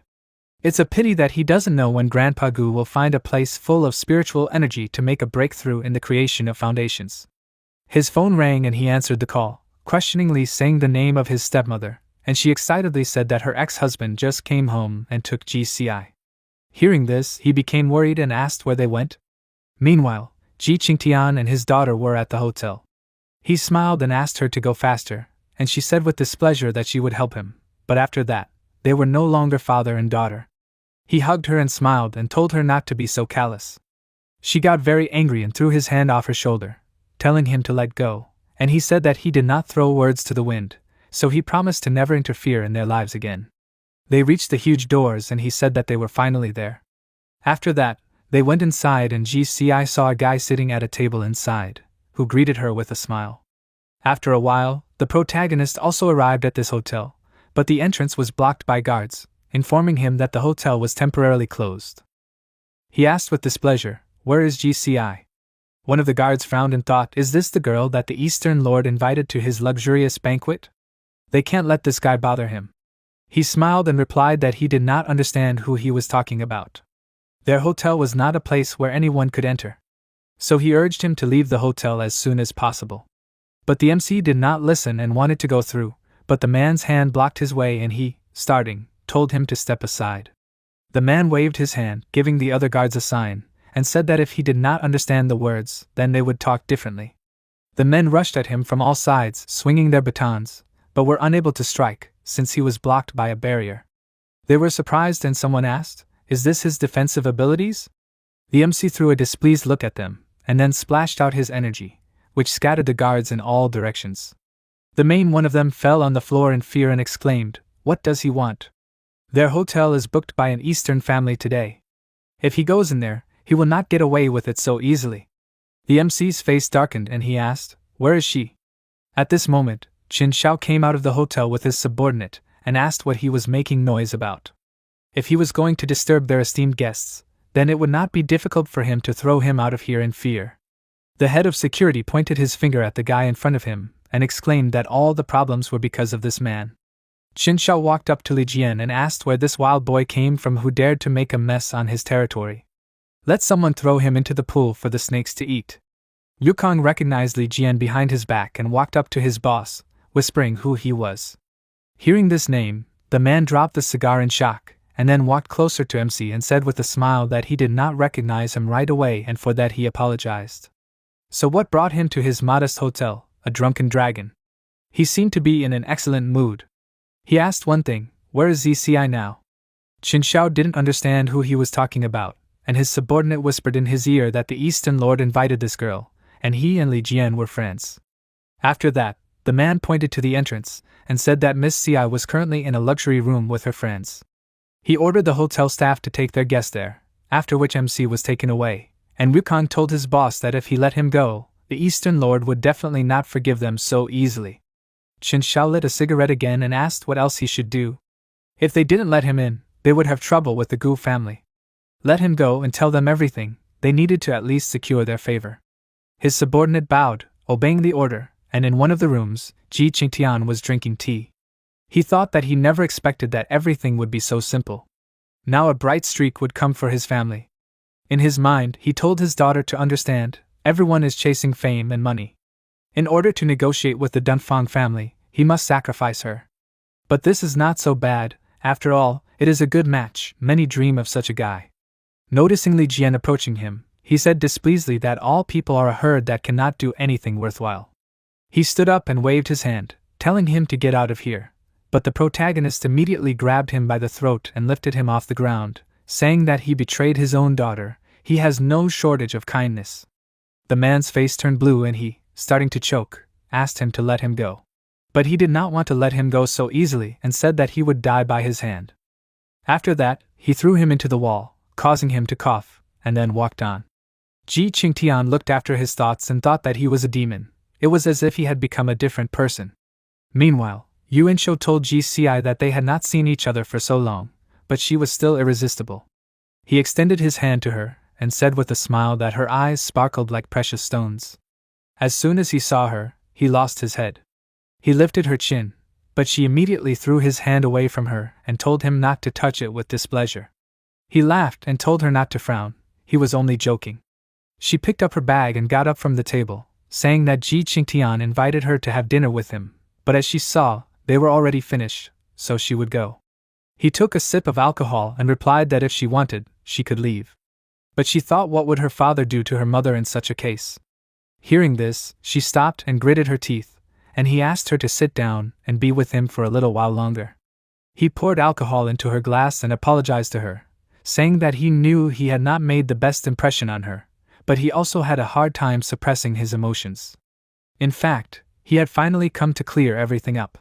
She sat back down dissatisfied and he handed her the glass, asking her to drink more, and then they would discuss everything. She knew that she could trust him. She took the glass and thought, why was he so kind? But if she upset him, her father would hurt her mother. At this time, Yuan Shou began to wait for her to take a sip, and thought that he mixed an intoxicating solution into the drink, which he bought on the black market. The person who drank this would fall madly in love with the person sitting opposite. Let her drink, and then she would be his. Suddenly there was a crash, someone knocked down the doors and they looked at it in surprise. Yuan Shou got angry and asked, who was this? Who dared to interfere with them? MC appeared in the passage, walked inside the room and with a gloomy expression said that he came for Ji Ci. Seeing him, she was very happy and immediately ran up to him, and he looked at the man she was having dinner with and met his displeased gaze. Yuan Shou thought, is this that idiot? He stood up and, igniting energy in his hands, asked, did he think to confuse all his cards? The energy around his hand started to create small ice flows, after which he clenched his hand into a fist and pounced on him, wishing death on him. Ji Ci was very worried about her friend, but he told her not to worry, after which he covered her with his hand and, covering himself with aura, told the enemy that he had lost control. He threw out energy from himself that hit the man and threw him back, from which he coughed up blood, after which he hit his back against the wall and thought, what happened? He nervously looked at the guy who was approaching him and thought, where did this donkey get such strength? MC at this time extended his hand forward, igniting energy on his palm, and said that he insulted his family, so he must teach him a lesson. After that, a loud explosion occurred, but it did not harm the Eastern Lord in any way. His level 9 bodyguard named Ji Likun arrived to his aid in time, and covered him with a shield made of super-resistant metal alloy. After that, he turned to his master and said that this man's strength should not be underestimated. They should go to a safe place and leave the problem to his subordinates. He replied that he would not rest until he cut off his head, he would definitely kill him. The bodyguard remained silent, thinking about his words, and then turned his gaze to the enemy and replied that he understood everything. MC at this time became interested in him, and said that today he would show them a few tricks. Likun said that he was strong and too arrogant, no one dared to harm the young master, so he would rip out his heart. After these words, his left hand turned into a machine gun, and he immediately opened fire, turning the contents of the room into a sieve. The Eastern Lord hurriedly hid behind him and, calling him an idiot, told him not to dare to touch him. The protagonist meanwhile easily dodged the bullets and thought that this was an interesting ability. He gathers true energy in the body and then reproduces it. Having guessed the right moment, he suddenly approached and struck him in the chest, thinking that after all, this was just a mediocre imitation of cultivation. Lycoon changed his weapon to a blade and extended his hand forward, but his opponent dodged again, and then grabbed his wrist and threw him over himself, knocking him down on his back. But the bodyguard was not so simple. He opened his mouth and a small gun appeared inside, from which he fired straight at Li Jian's face. But seeing that he was intact, he was very surprised, and the protagonist squeezed the bullets fired at him between his fingers and said that he was too slow. Lycoon thought in surprise, he stopped even a perfect attack? Where does he get such speed? But then his thought was interrupted. MC raised his leg high above, after which he struck him, breaking through the floor with his body, and he found himself in the room below. He managed to cover his body with armor in time and crawled out from under the rubble with the thought that this is unthinkable. People with such strength and speed simply cannot exist a priori. MC came down into the room with a crash and Lycoon immediately jumped to the side and, shooting at him again, thought, does he really have an extremely rare combination of abilities, a fusion of strength and speed? He did not notice how the enemy appeared behind him and did not have time to react, after which he received a blow that threw him into the wall. Without giving him a break, Li Jian created a magic circle with a dragon pattern in front of him, after which a huge beam of light shot forward and broke through the wall of the building. Qin Xiao, who was outside, heard a rumble from above and immediately covered his head, then looked up and thought, what's going on? They don't need trouble. After such a powerful attack, the bodyguard was exhausted and lost his strength. He knelt down on one knee and asked where he got this ability from. He told him to think about it himself. The gap between them is huge. Unlike him, he does not value life. He, a creature with a human face but a beast's soul, wants to fight him? Lycoon took out a syringe with some liquid and said that his loyalty is unwavering. As soon as he entered the Dunfang family, he began to obey them unquestioningly. This is his principle of being a human. No matter what happens, he will complete this task. After saying these words, he injected himself with a liquid that increases the user's energy force in a short period of time, while affecting life expectancy. The liquid quickly spread throughout his body and he, starting to change, screamed loudly, and the protagonist became wary. The bodyguard released streams of aura and Li Jian thought that energy was boiling inside him, similar to spiritual power, but it was slightly different from this. The man's eyes lit up and he, turning two hands into powerful guns, opened fire, but his opponent quickly erected a protective dome. Seeing a crack in the barrier, MC realized that this attack was really stronger than the previous one. He snapped his fingers and said that it was time for them to finish, and after that a hound appeared in front of him, which pounced on the enemy with a roar. Lycoon was surprised that he was a summoner, and realizing what his strength was, he gathered his determination and created grenades in his hands, which he immediately threw at the beast. After that, he covered his body with armor with weapons and, in order to finish off the dog for sure, fired all the shells at him. But before the projectiles could reach him, the dog gathered black flames in all three of its mouths, which it immediately released, and the man screamed loudly. Smoke began to come out from his body, but he did not want to give up so easily.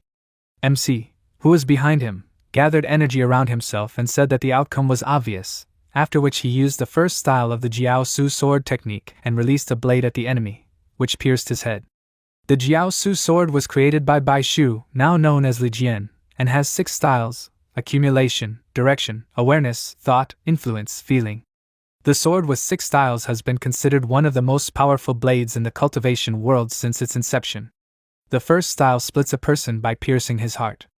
After the impact, the man's body fell to the floor and he no longer showed any signs of life. MC thought, what about a world ruled by abilities? The interest in cultivating immortality and righteousness will never dry up. GCI immediately ran up to him and hugged him from behind, tearfully saying that she was scared to death, and he looked at his opponent and said that everything was fine now, she would not be harmed. She turned her attention to the 3-headed dog and asked, was it he who summoned this? Where did he even get the ability to summon animals? He replied that he was his subordinate. She looked down at the hound again, and Ji Qingtian in the meantime helped Yuanshou stand up, and he said that this idiot defeated a level 9th person. In his entire life, no one dared to openly attack him. His face distorted with rage and a group of armed men immediately appeared around Li Jian and GCI, after which the Eastern Lord smirked and asked, does he think he can get away alive? Gu Wen's voice suddenly rang out, saying that he needed to take care of his family. Hearing him, Yuanshou became very nervous and the Gu master, arriving at the scene with his guards, asked, "Does he value his family?" The Eastern Lord asked, how could he forget that there was a Gu family that had nothing better to do than constantly cross Dunfang Road. He became wary and thought that it was usually difficult to meet with the head of the family. So why is he here now? His father invited him so many times and it was all in vain. He doesn't even show up at the Chamber of Commerce. What is he even doing here? GC's father recognized the old man's voice and asked excitedly, "Is this Master Gu?" Seeing that the old man was talking to his daughter's friend, he understood why this idiot was acting openly. He had the support of the Gu family. Gu told the protagonist at this time that due to his carelessness, 2 ungrateful people had offended him. Is he angry? He replied that everything was fine, only GCI was a little scared. He replied that he felt terribly embarrassed in front of them. Let him take Miss G to a quiet place and get some rest himself. He'll take care of the rest. MC decided to follow his advice and headed for the exit, telling the Lord in the end that he was lucky to be alive today. These words made him angry and exclaimed that he hid behind the Gu family and was still talking about saving lives. An old man approached him and said with displeasure that Li Jian had once saved him, so insulting him was the same as insulting his family.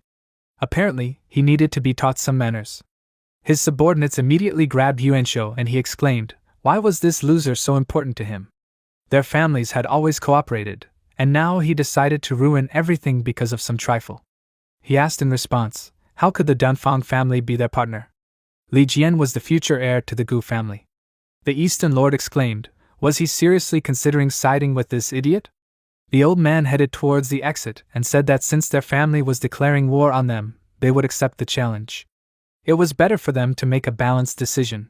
At this time, Yuanshou became nervous and thought that a quarrel with the Gu family would definitely turn into a problem for them. It would be almost impossible to cooperate. The head of the family would punish him and no longer trust him to run the family business.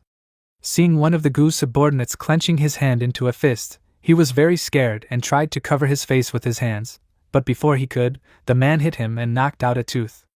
After that, the guy called out to the head of the Gu and said in a trembling voice that he was wrong, he would never make such a mistake again. Gu threw him a displeased look and said that insulting Li Jian was unforgivable. This was his lesson. After this incident, time passed and Ji Qingtian visited Yuanshou in the hospital, but was immediately hit in the forehead with a mug. He did not respond in any way and looked down guiltily, and the young lord said that Li Jian was his ex-wife's son and had an unusual relationship with the Gu family. Why the hell did he not know about this? He excitedly replied that he really did not know. He had just been informed that a large number of orders had been cancelled by customers, and the Ji family had suffered great losses. Li Jian had left him no choice, just like him. The boy gritted his teeth and began to curse the protagonist, and along with him, the Gu family, saying that it would have been much easier if the head of the family had not sought to obtain the results of the Gu family's supernormal research. Soon, he was enjoying their suffering to his heart's content. Ji Qingtian poured warm water into a glass and said that his status was high, so it was not proper to dirty his hands. Besides, the Gu family was not so easy to harm. He handed him the glass and said that they could get rid of Li Jian with other people's hands. Yuanshou asked, did he mean them? He took the glass and with a creepy smile on his face said that they would send them to Li Jian. Time passed and night fell. GCI drew a hot bath with rose petals and climbed into the water to rest. A hound jumped into her bathtub and she, stroking it, said that Li Jian had changed a little lately and still sometimes said strange things. But he was no longer so weak and did not let anyone hurt him. She hugged the dog and said that he had also awakened a very powerful superpower in himself, and did something he had never done before. When he became serious, trouble should be expected. Suddenly she slapped her face with her palms and exclaimed, what was she thinking? The main character was sitting on the couch reading a book at that time, but suddenly heard some noise outside the front door. Coming closer and hearing the sounds of blows there, he thought that of course, he had not resigned himself to defeat and decided to send a mercenary to him. However, this man emitted warm energy. He opened the door and asked what was going on here. In front of him, he saw Lai Kun, who had killed all the guards, and was now looking at him nervously. He immediately fell to his knees in front of him and folded his hands in a respectful gesture, saying that his ability was incredibly strong and his heart was so kind that he didn't kill him. He was a man of justice. He had already left the Dunfang family and wanted to become his subordinate. Li Jian replied that he didn't want to get his hands dirty, so he was free to go. He was about to close the door, but Lycoon stopped him and exclaimed that he was wrong, let him forgive him. He was willing to do any job as long as he gave him a chance. MC asked what the reason was. He excitedly replied that he had loved reading novels about heroes like him since he was a child. He was completely out of his league. He had never seen such superpowers. He was definitely one of the strongest masters in the world, and he wanted to become like him. He bowed his head to him, touching the floor with the top of his head, and asked him for permission to stay, or he could kill him. Li Jian remained silent in thought. At first he was Dunfang's henchman, and now he wanted to go over to him? Was it really that simple? He only had to hit him, and he came to his senses. However, his physique and abilities were different from ordinary people. It could be useful. He agreed, and as his first task, he ordered him to watch the door, and then return to the house. GCI had already come out of the bathroom at this time and, while drying her hair with a towel, called out to him and asked who was there. He replied that it was Ji Lycoon. He would protect them if he was not around. At this moment, there was another knock and he opened the door in irritation and asked, "Is there an emergency?" Seeing Tianan in front of him, he was slightly surprised, and she waved her hand at him with a smile, greeting him. Hearing her voice, GCI immediately walked to the front door and asked, "What is it this time?" She replied that her grandfather asked her to give him something. She pointed to her subordinates who had placed 2 suitcases on the floor and said that her grandfather said that their family did not have a worthy treasure that would suit him, but he could take a look at this. After she spoke, the men opened the suitcases, and there were various expensive artifacts inside. Seeing this, GCI became upset and thought, why is he sending something to Li Jian again? Is he trying to appease him?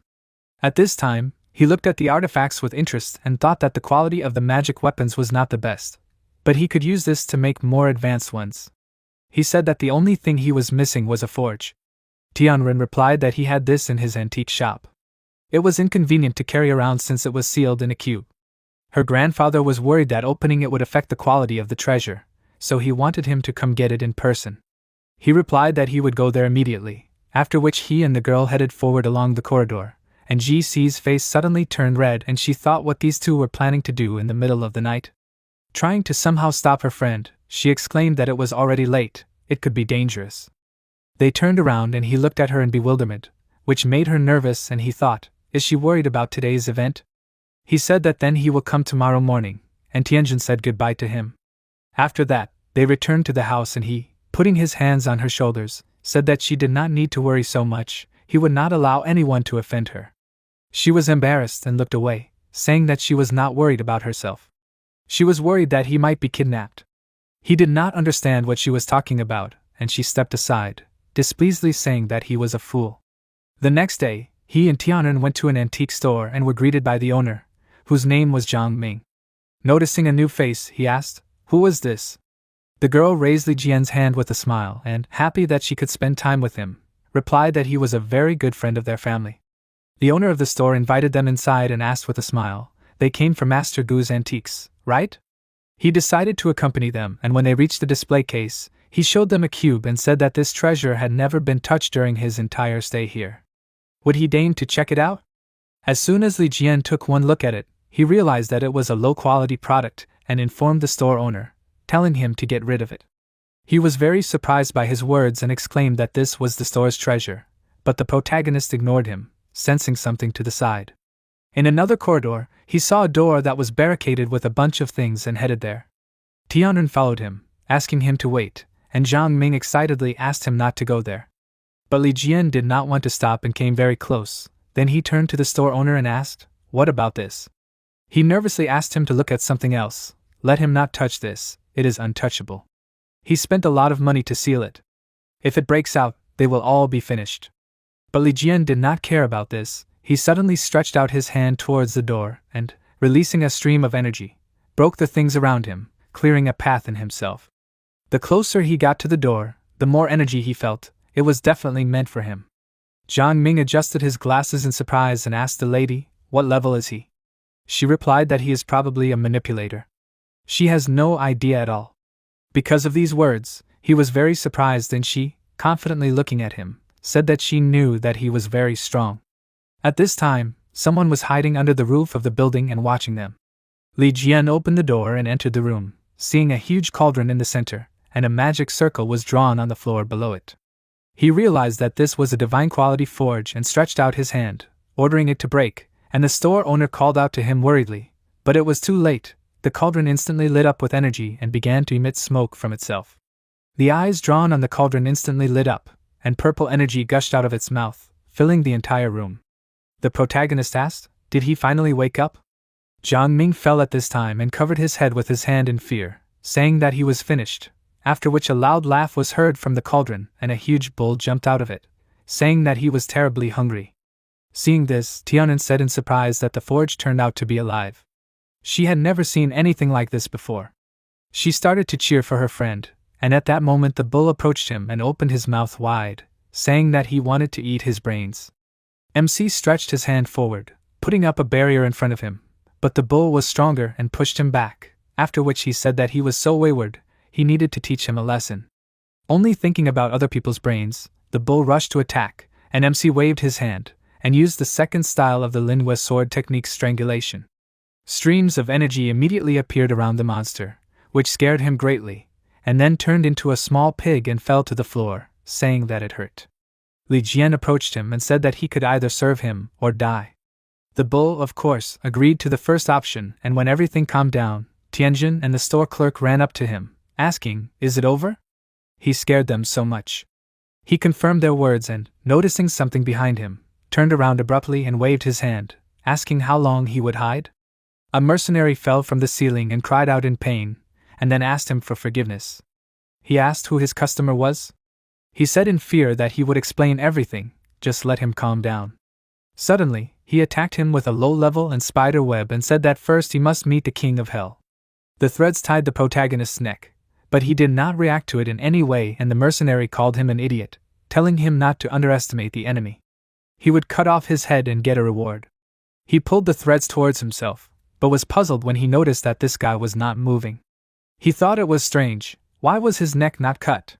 His web was stronger than steel. What was wrong? The main character loosened the tension of the threads with his fingers, after which he told his new pet to show what he was capable of. Behind him, the bull in its true form appeared and charged. Its hand pierced the mercenary's body, and before he died, he managed to curse in his mind, and soon after, his threads broke and the monster reached for his head, wanting to devour his brains. But he was stopped by the words of a dissatisfied Li Jian, who said that he was now his servant, and his old bad habits should be eliminated. The bull immediately fell silent and disappeared behind the owner's back, and at this time he approached the corpse and, raising his hand, noticed a mark on his wrist. Seeing this, the store owner became nervous and exclaimed, "This Church of Bloody Demons? It is an exclusive organization of assassins that has existed for 1,000 years. They do not obey anyone, and only accept orders from influential and famous clients. They are crazy fanatics who will do anything to achieve their goals. Dying on a mission is common for them." Did he really cross someone? The protagonist called out the name of the Eastern Lord, and Jiang Ming exclaimed in surprise, "How did he manage to quarrel with him?" Tianren took out her phone at this time and asked displeasedly, "How dare that guy send a killer to her hero?" She was simply furious, so she would immediately call her grandfather.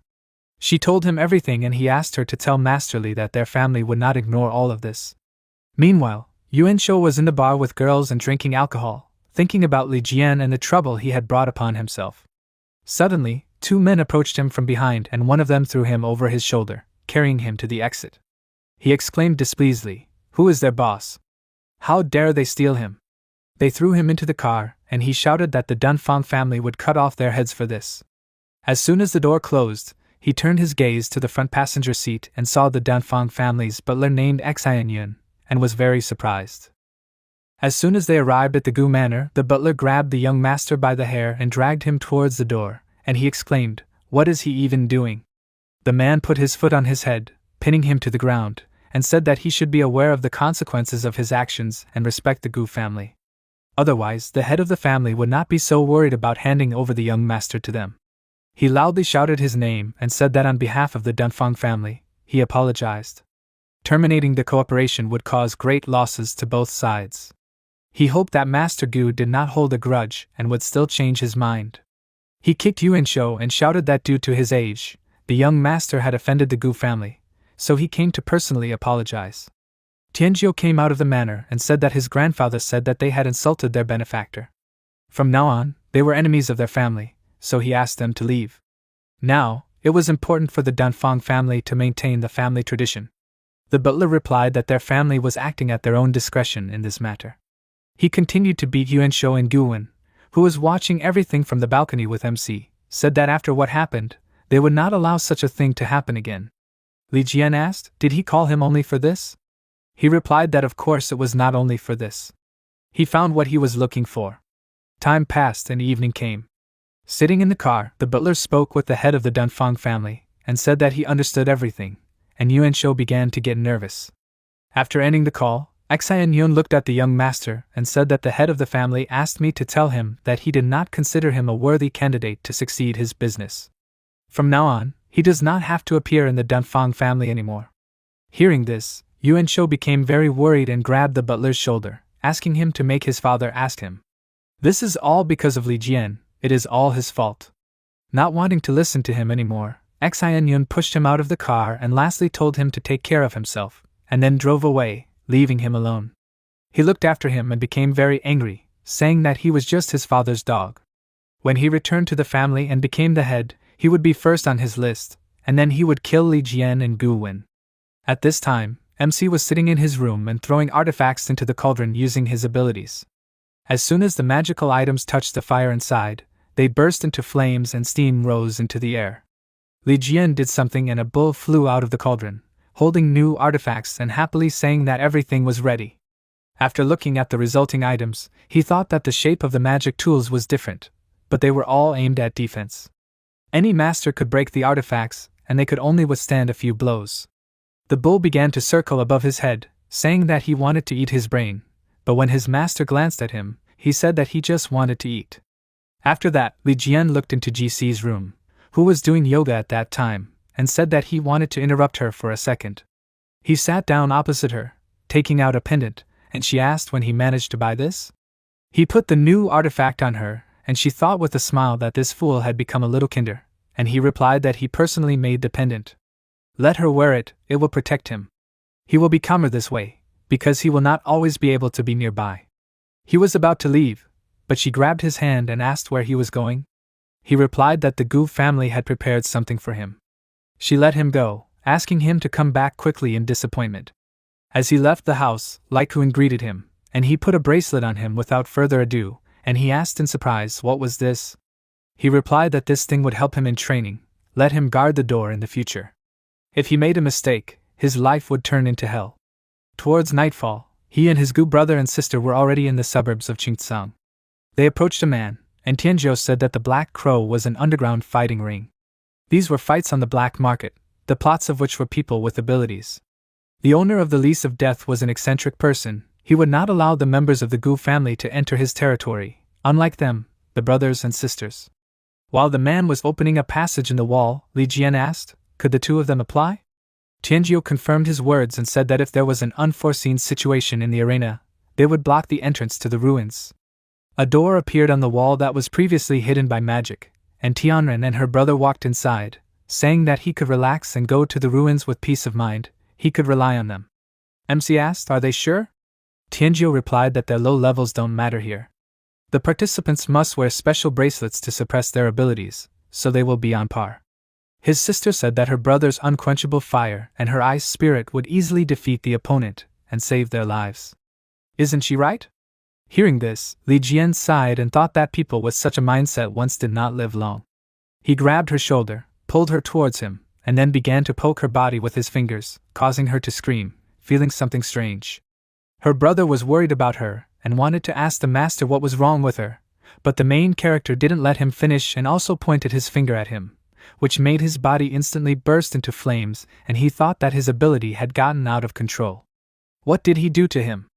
Li Jian told him to concentrate on his feelings, and he followed his advice, and then calmed down, feeling that his flames no longer burned him, as if they had become a part of him. His strength increased and he tore his outer clothing, and his sister worriedly asked why he had lost control of his strength. Isn't it dangerous? He smiled and said that he was like a different person, the flames no longer harmed him. She calmed down and said that after his words she also felt a change in her body, a pleasant aroma began to envelop her. It was similar to the smell of her benefactor. Li Jian at this time turned to the exit and said that he had removed the seals from their qi. This was their reward for the door to the ruins. They both bowed, thanking him, and Tianzhou said that in the future he would become a great master and would go through fire and water for him. After that, they all found themselves together in an underground arena, where men were now fighting among themselves, and sponsors were scolding their fighters.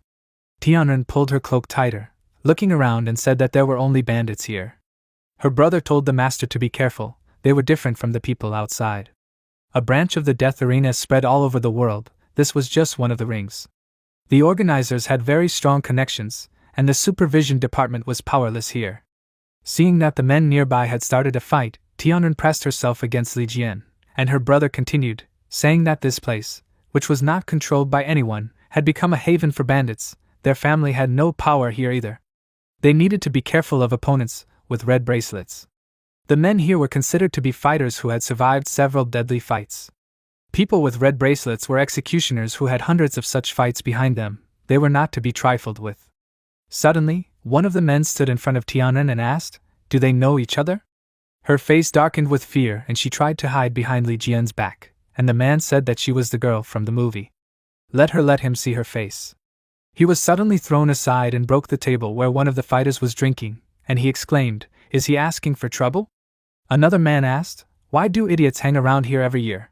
One big headache.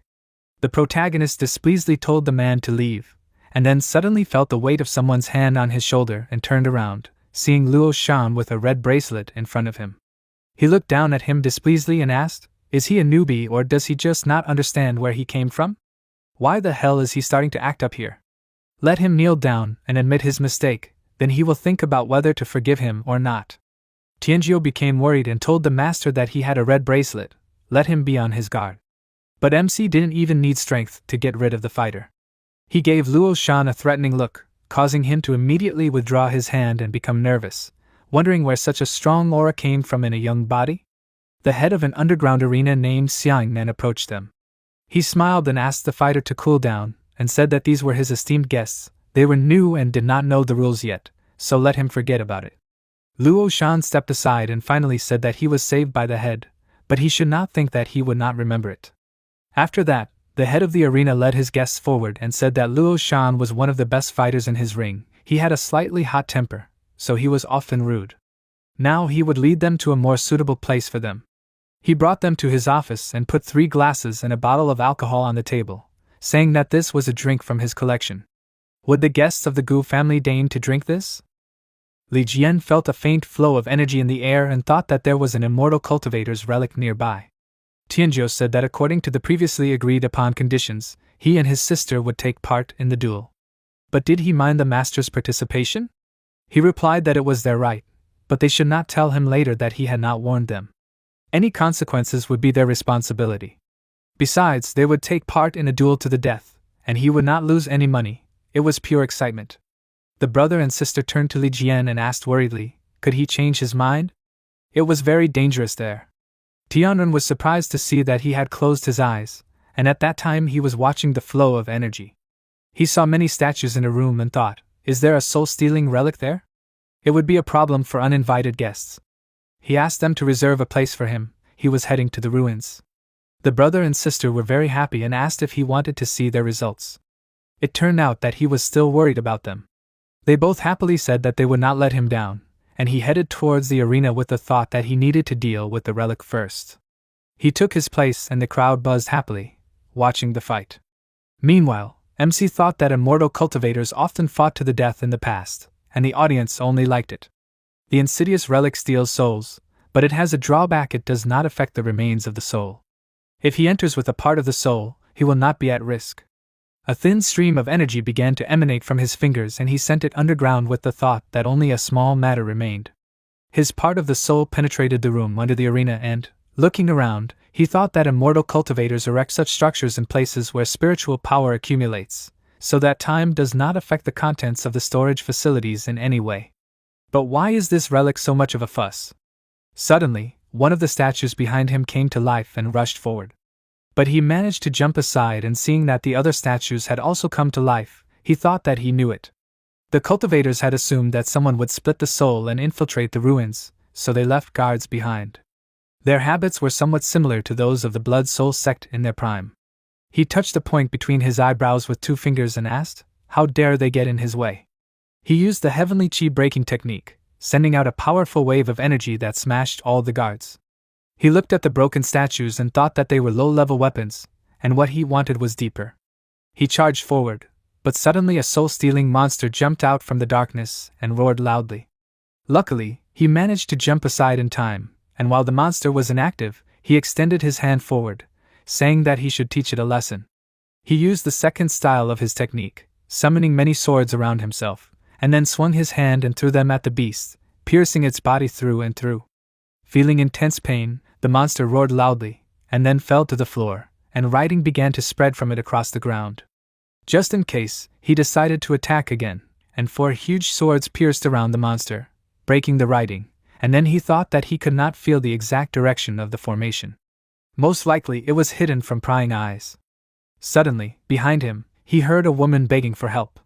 Not far away, a girl named Xiangning was chained to the floor, trying to get out and asking for help. He instantly broke the chains with a ray of light, which scared her, and then she looked up at him and thanked him, asking what his name was. Did her father send him? Noticing the magic circle beneath her, he realized it was a formation and told her that if she wanted to live, she should return to her body. She rose into the air and agreed, asking if he would go with her. She was scared alone.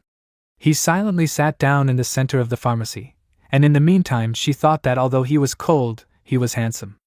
After that, the MC returned to his body and continued to watch the fight, thinking that he only had to wait for her to cross the entrance to the ruins. The host announced that the next pair fight would be between the Mo brothers, Mo Qian and MANHUA, and guests from the Gu family, Gu Tianren and Gu Tianjiu. The audience screamed joyfully and one of them exclaimed in surprise, "Did he hear right? What were the representatives of the Gu family doing here?" Some spectators laughed and said that the head of the arena actually invited them. How long can they last? He doesn't want to admit it, but he would like to see them die. Meanwhile, the brother and sister entered the arena and one of the spectators shouted that he was betting everything on the Mo brothers. It was an absolute victory. At this time, the Mo brothers also entered the arena. One of them asked what happened that even the Gu family members came here. His brother asked why he was worried like a girl. In the death arena, they must be willing to give up their lives. Victory deserves such a price. They have been on the brink of death so many times that they are not afraid of anything. Spoiled brats should regret their decision. He took out his sword and Tianren, using her superpower with her brother, told him that they looked strong. He told her not to be afraid, the master helped them, so the victory will be easy. After saying this, he lit a flame in his hands and rushed to attack, and his sister began to support him at a distance, releasing ice spears forward. He began to quickly wave his fists, approaching his opponent, and he quickly dodged and asked, "Does he want to beat him in agility?" Tianjiu was surprised and thought that he seemed to have supersonic speed. He noticed something flashing nearby and thought that the games were over, and then dodged his opponent's sudden attack and immediately attacked in response, but quickly disappeared. The next second, he appeared behind him and said that his movements were not professional. He gathered a dark veil in his hand and threw it at Tianjiu's face, which made him lose his sight and become nervous. After that, his opponent jumped behind him and dealt a powerful blow, from which he cried out in pain and fell to the floor, and his sister worriedly called out to him. The opponent took advantage of her distraction and hit her with rocks, telling her to think about herself better. Someone in the audience started to cheer for the Mo brothers and said that the brother and sister weren't particularly bright. Let them cut off his legs and get a reward. Another spectator said that the girl was pretty. She didn't look bad, did they agree? The man sitting next to Li Jian said that they were bad students. Why did they agree to fight? They had already lost. Looking at the arena, MC realized that the outcome was a foregone conclusion, and the Mo brothers approached their opponents, and one of them told Tianjiu that he was already finished, his blade was poisonous. But he shouldn't worry, they would take care of his sister. His opponent enveloped his body in flames and said that if he were him, he wouldn't be so confident. The man asked what he was mumbling about. Tianjiu was filled with new strength and, lighting a fire in his hands, said that thanks to the master, he had become a different person. After saying this, he slammed his fist into the ground, directing a stream of fire forward. The flames quickly flared up on his opponent's body and he screamed, then grabbed his head and exclaimed, "Why wasn't he poisoned?" How was he still moving? Tianjiu stood up and said that the fake poison from the black market wouldn't get him that easily. He smirked and thought that his flames were so elusive that the toxins entering his body didn't have time to harm him. He was very grateful to the master for his kindness. The boy, meanwhile, called out to his brother in concern, but he didn't answer. At the same time, the audience was disappointed that they had lost all their money, and said that these two idiots had robbed them of everything. Someone else asked, when did these rich kids become strong? Another one from the crowd happily shouted that relying on high odds, he bet on the Goof family and won. Now he can pay off all his debts. At this moment, the brother and sister walked up to Li Jian and asked, were they good? He crossed his arms and replied that he had nothing positive to say. Hearing this, they were upset and Tianjiu apologized for letting him down. The protagonist did not let him finish and said that it was impressive. If they put in more effort, they would become completely different. They happily replied that they would work tirelessly, and Xian Nen came up to them, congratulating them on winning the competition. Their performance was something amazing, and their control over their superpowers was so perfect that even he wanted to participate. Tianjiu asked him not to bother with pleasantries, it was time for them to go. He told him not to worry, he would fulfill his promise. However, the fighter with the red bracelet challenged Master Li to a duel. For this reason he was forced to postpone the matter. Tianjiu pointed his finger at him and exclaimed with displeasure that they had fulfilled their part of the deal, they had taken part in a duel to the death. Why was he sending Master Li to the arena? He replied that these were the rules of the Black Crow. The opponent with the red bracelet had the right to challenge anyone present, otherwise he would be banned from entering for life. He would not be able to explain to his superiors why he had broken the rule. On the other hand, it seemed like a favor to Master Li. The protagonist stood up and replied that he would accept the fight. Tianjiu wanted to object, but he did not let him finish and said that there was little chance that they would be able to realize their plans. They were relying on the will of fate. The brother and sister bowed to him, wishing him good luck and saying that they would be watching his fight very closely. After that, Li Jian passed through the frames to test the bracelet. He looked at his wrist, thinking that this was a magical weapon for cultivation. Not a bad choice. The arena worker adjusted his glasses and peered at the monitor screen, saying that it was strange that his strength was an order of magnitude above average. He was not a cheater, and he could not detect any other abilities. Who is he? His colleague told him not to dwell on it, he was going to die in the arena anyway. His opponent was a blood demon. They told Li Jian to pass and he walked to the gate, entered the arena, and the host asked the audience, are they already looking forward to the next fight? The show is starting. Their next fighter is a newcomer named Li Jian. This is his first time stepping into the death arena, and his opponent has been one step away from death more than once. He is the strongest among the red bracelets in their city. He is the blood demon Luo Shan. The audience immediately screamed joyfully, shouting his name, and began to root for him. At this time, Luo Shan squeezed his amulet in his hands, cutting his palm, and told his opponent that they met again. He said that they would see each other again. The host announced the start of the fight, and the man immediately waved his hand, sending a bloody shock wave at him, saying that he wanted to see his strength. At this time, the MC covered himself with a barrier, easily avoiding his blow, and his opponent thought that his blood would have exploded his body if the bracelet had not interfered with him. He would have scattered in pieces all over the arena. Did he really go on the defensive? He waved his hand again, sending blood splashes at him, and exclaimed, how long can he last like this? But the main character remained intact, as did his barrier. Taking a step towards his opponent, he broke the arena under his feet and used the second style of blade technique, raising the debris in the air and directing their sharp ends at the opponent. Luo Shan cut his hand at this time and thought, does he control stones? His abilities are impressive. After that, he swung his hand, reflecting the attack, but a second later, Li Jian was very close with the stone sword in his hands, after which he struck, causing his weapon to break. His opponent was thrown back several meters and he hit the wall, and the audience began to worry, asking him to get up. Someone asked, why can a newbie hit him?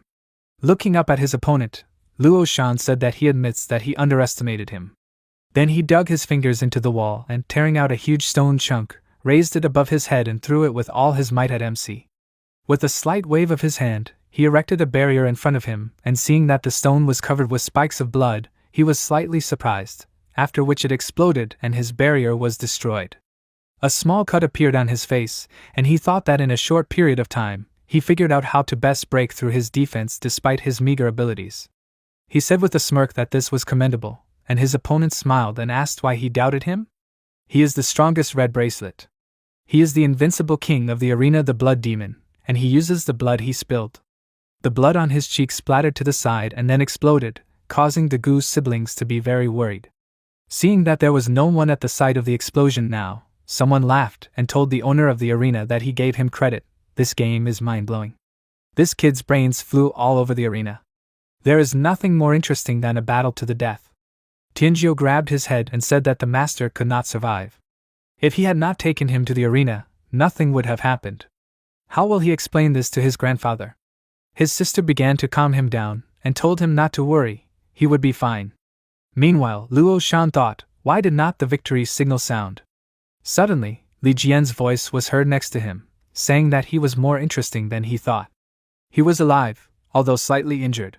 Hearing his voice, his opponent was very surprised, and the protagonist said that the other would have certainly died under his attack, but unfortunately, he is not like them.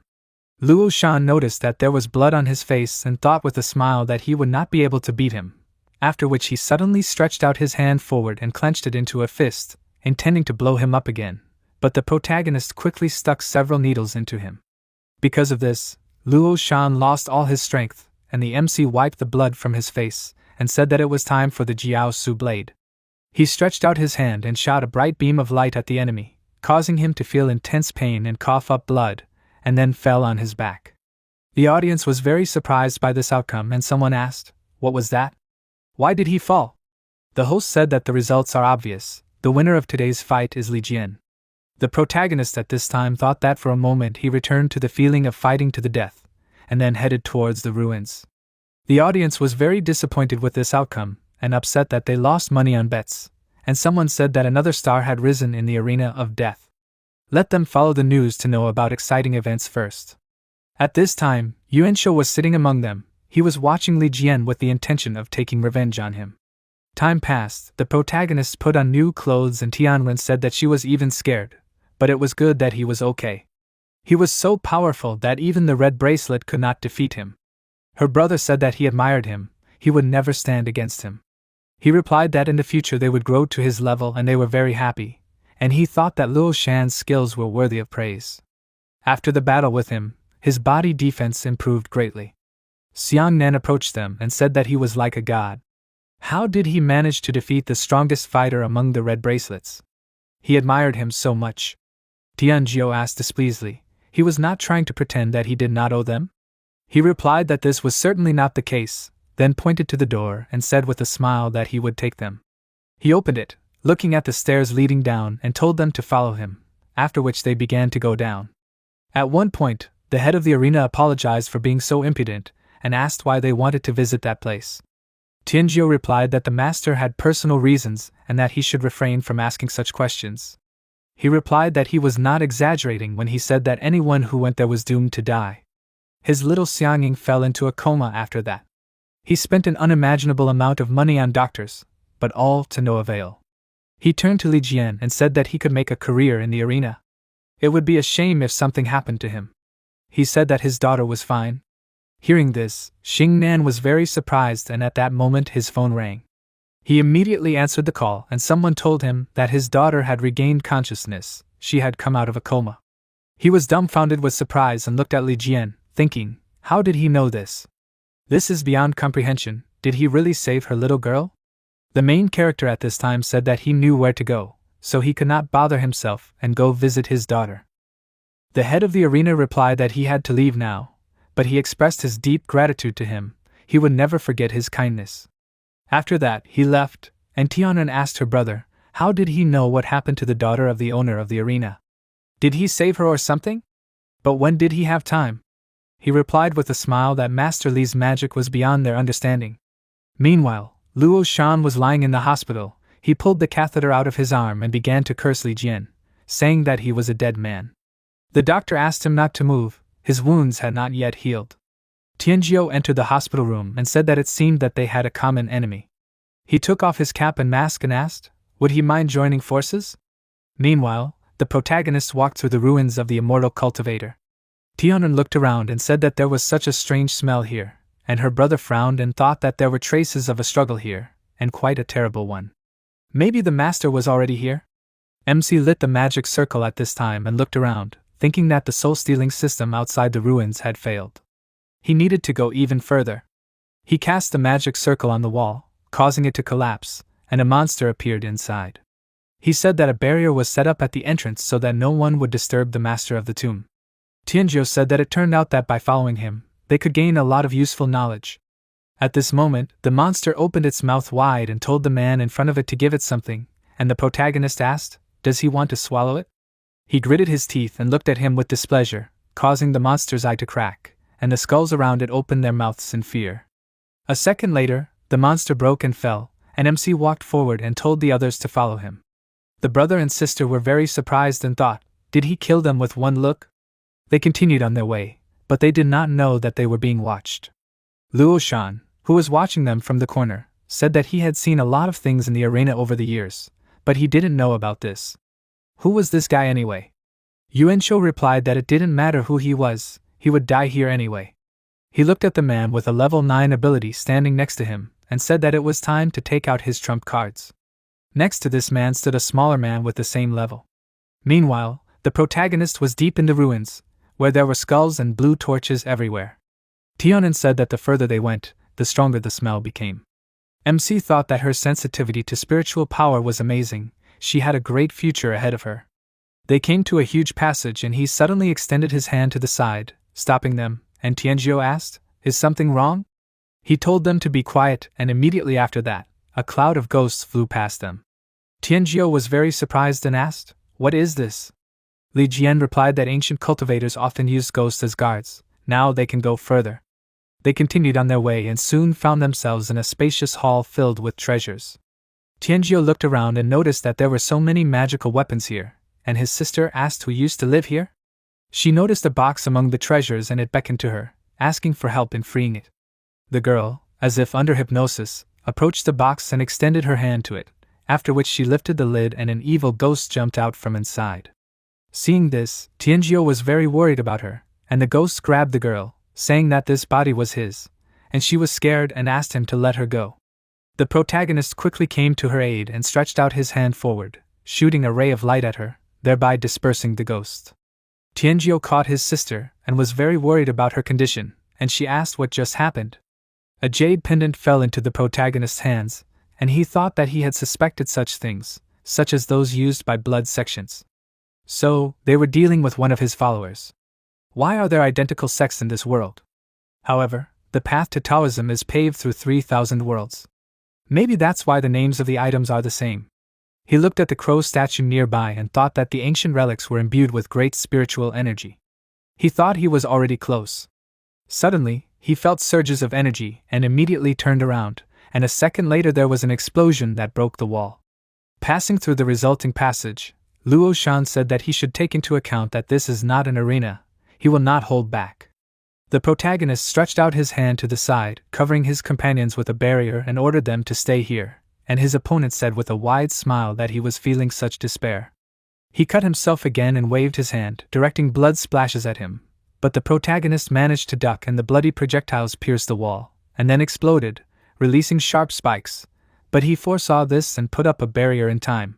Tianzhou said that just now, because he lost in the death arena, this idiot gathered his henchmen to deal with the master. How shameless he is. Tianan became worried and asked if he could handle a mid-level fighter and 2 ninth rankers. MC noticed that his opponents pounced on him from above and thought that without a magic weapon, he demonstrated average skill, but broke through the defense without difficulty. Dodging another blow, he thought that, moreover, he has advantages in superpowers, this is a worthy opponent for his peak strength. He waved his hand to the side, stretching out 2 fingers, and took out his sword with the thought that the battle would awaken the true energy within him. This was a big breakthrough for his cultivation. Swinging his weapon several times, he sent out shockwaves and injured the enemy, while he covered his head and asked with a smile, "What kind of childish tricks are these?" He used the blood technique and cursed loudly, then sent sharp thorns flying. Preparing to repel the attacks, Li Jian thought that when the blood coagulated, the spiritual power inside would accumulate, causing an explosion. Apparently, this was his trump card. He used the 4th style of destruction of his sword technique and slightly bent down, swinging the weapon and breaking the thorns. At this moment, Luo Shan threw his ally towards the enemy and he dodged, thinking, is this bait? His physique resembles a forest spirit that can heal itself. He began to suspect something and suddenly his thoughts were interrupted when he saw red thorns growing out of the man's back, which then quickly grew.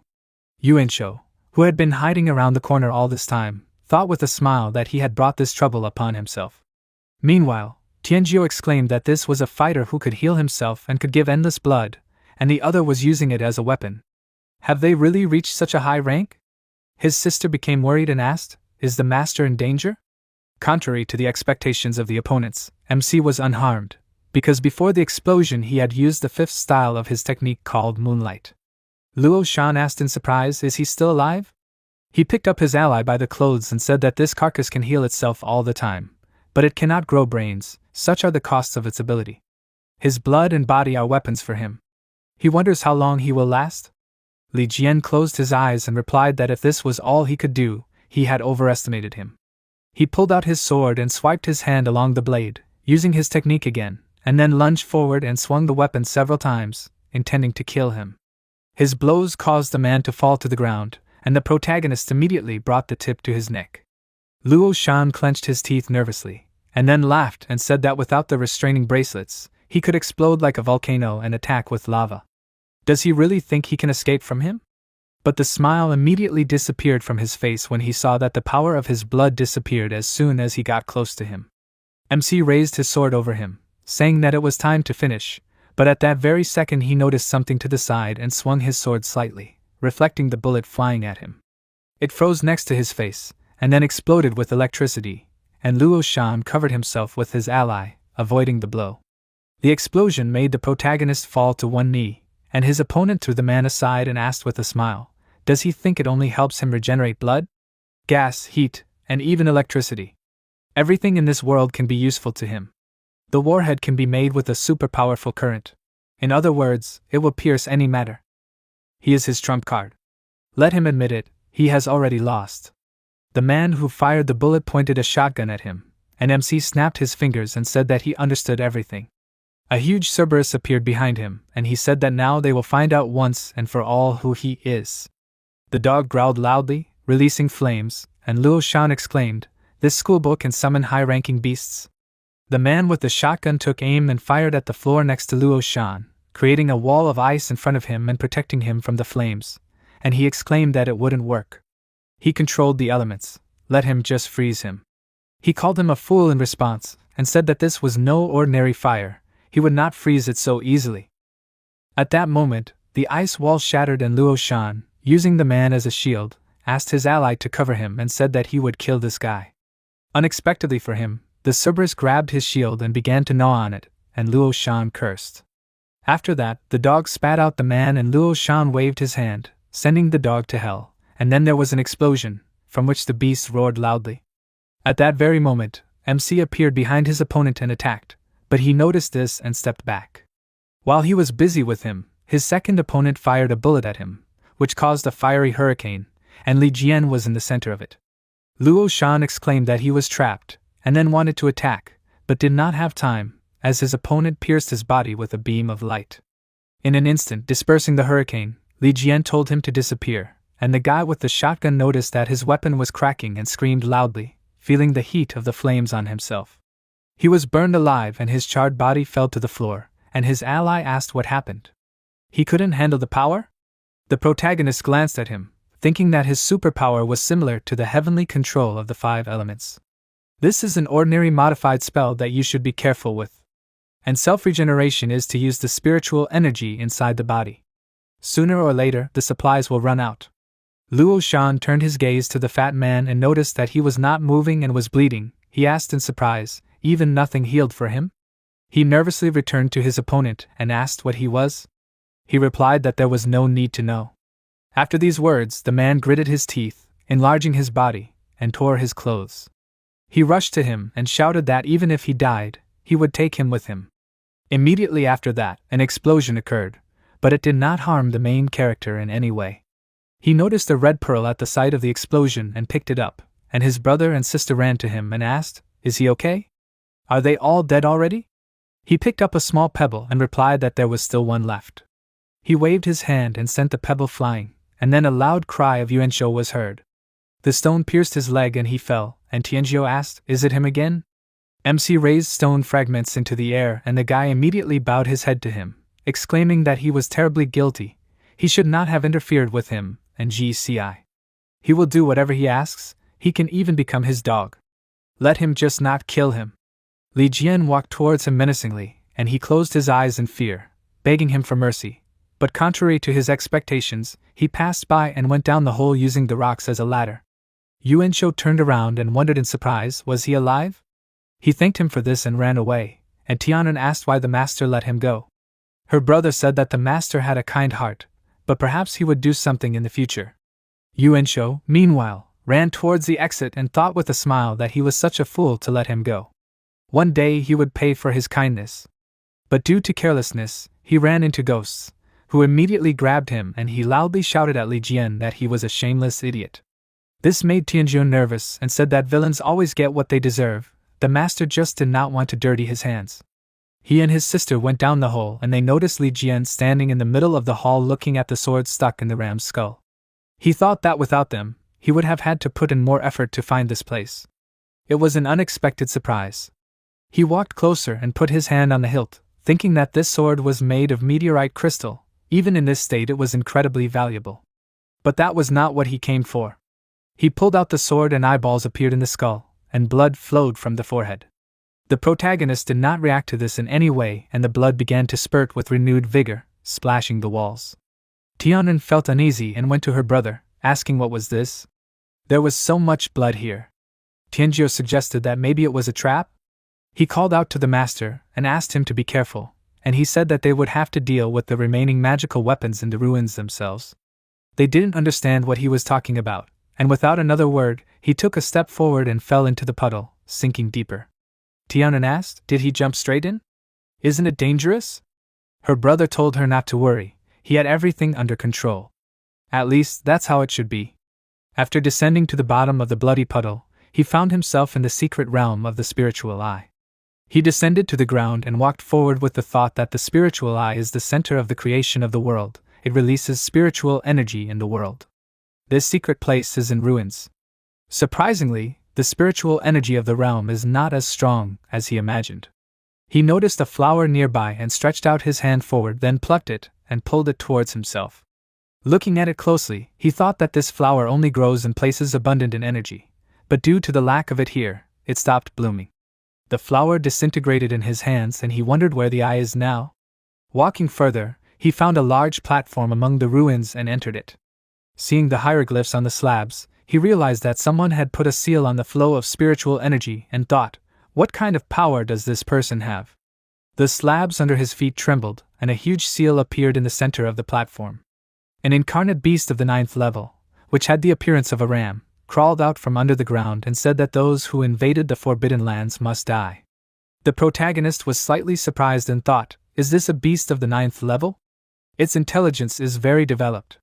He asked who it serves? But the monster did not answer and rushed to attack, shouting that for invading the Forbidden Lands, he would pay with his life. It pounced on Li Jian from above and he, jumping aside, thought that he was not developed enough to communicate. Its owner most likely sealed the energy, but why? However, the aura of the seal shows that it can be removed. After dodging another attack, he defended himself with his shield and the ram butted him, throwing him high into the air, and he thought that he needed to purify this beast. After landing on the ground, he smashed his shield and picked up a broken sword nearby and directed it forward, ordering it to cut the enemy. The sword made a cross cut, causing the monster to scream in pain, and the blade returned back to Li Jian. Streams of dark energy appeared around the beast and he again said that trespassers must die, and then sent bloody streams at the trespasser, but he rushed forward, avoiding them. While he was running, he used the second style of blade technique and struck, breaking the beast's spell. The monster immediately lost its balance and fell, and MC frowned and thought that now he would show his true face. The monster appeared before him in a new form and shouted the phrase about the intruders again, and from its back there appeared tendrils that grabbed Li Jian and slammed him to the ground. He quickly cut it with his sword, then stood up and prevented its subsequent attacks. He looked up at the enemy and realized that he was far superior to him in strength, but this was both a risk and an opportunity.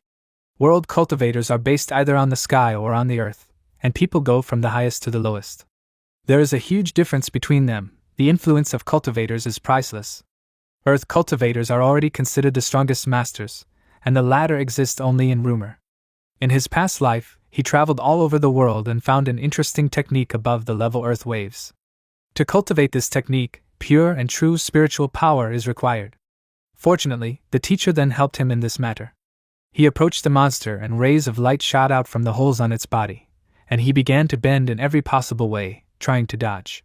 He had to increase the distance, and at the moment, when he twirled the sword around himself in order to repel the attacks, he thought that now the spiritual energy was so discharged that it was very difficult, almost impossible, to advance in the waves of the earth. They say that nothing is perfect, but will he be able to cultivate like in his past life? He was unable to defend himself from the energy beams and the blow caught up with him, after which he rose to his feet with the thought that no matter how thorny and dangerous his path was, he would never retreat. Today he would achieve this. Pushing off the ground, he jumped forward and plunged the blade into the ram's eye, after which he increased the distance between them and his opponent screamed in pain, clutching his head. MC at this time looked at the slabs and thought that the seal and the soul are connected by one source. If the soul is wounded, the seal will also weaken. He noticed that writing began to appear on his hand, and realized that his body was absorbing the power of the seal. He will be shattered into pieces, but he will fulfill his plan. He will achieve cultivation. He confidently looked at the monster running towards him, and then brought 2 fingers to his face and commanded the ripples of the earth and the power of the wind to manifest. At this moment, the beast jumped at him, but he jumped aside in time and summoned a spiritual sword to himself, commanding it to pierce his soul. Swinging his hand forward, he struck the monster in the shoulder, causing it to scream loudly and release energy beams from its eyes. The protagonist easily dodged them and with the thought that no one would stop him today, and then walked towards his opponent and said that he would sprinkle the air, cut 1,000 bones with a wedge. A bright glow appeared around him and he swung his sword, and then delivered a slash to the monster's eye and black sparks flashed around it, after which Li Jian was thrown back. Many eyes appeared around him. It was the eye of retribution, but he was not going to lose to it so easily. Weak streams of energy swirled around his body, and then the eyes attacked, causing an explosion, and after a few seconds, everything became quiet. Looking into the hole that had formed, the monster waited a few seconds, and then turned around and was about to leave, but suddenly MC jumped out of the hole and immediately rushed to attack, piercing his body with a bright flash of energy. Symbols appeared on his body, and he said that the cultivation of the earth was laid. Seeing that he was still alive, the ram became very angry and screamed loudly, again summoning many eyes around himself, and then began to shoot at the enemy.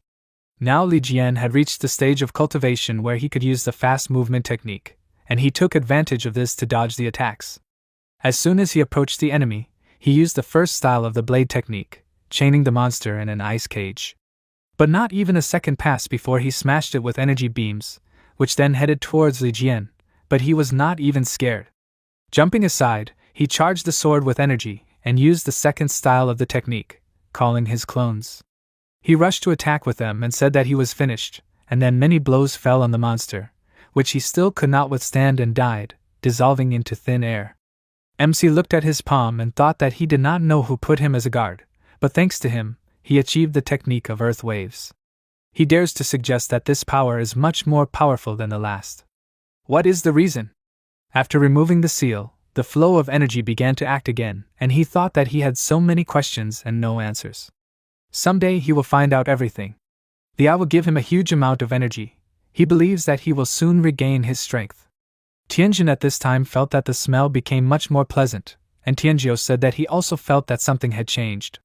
Could it be related to Master? The flowers in the kingdom bloomed again, and Duwen, who was drinking tea at that time, felt the change and said that his family had been waiting for this day. Time passed.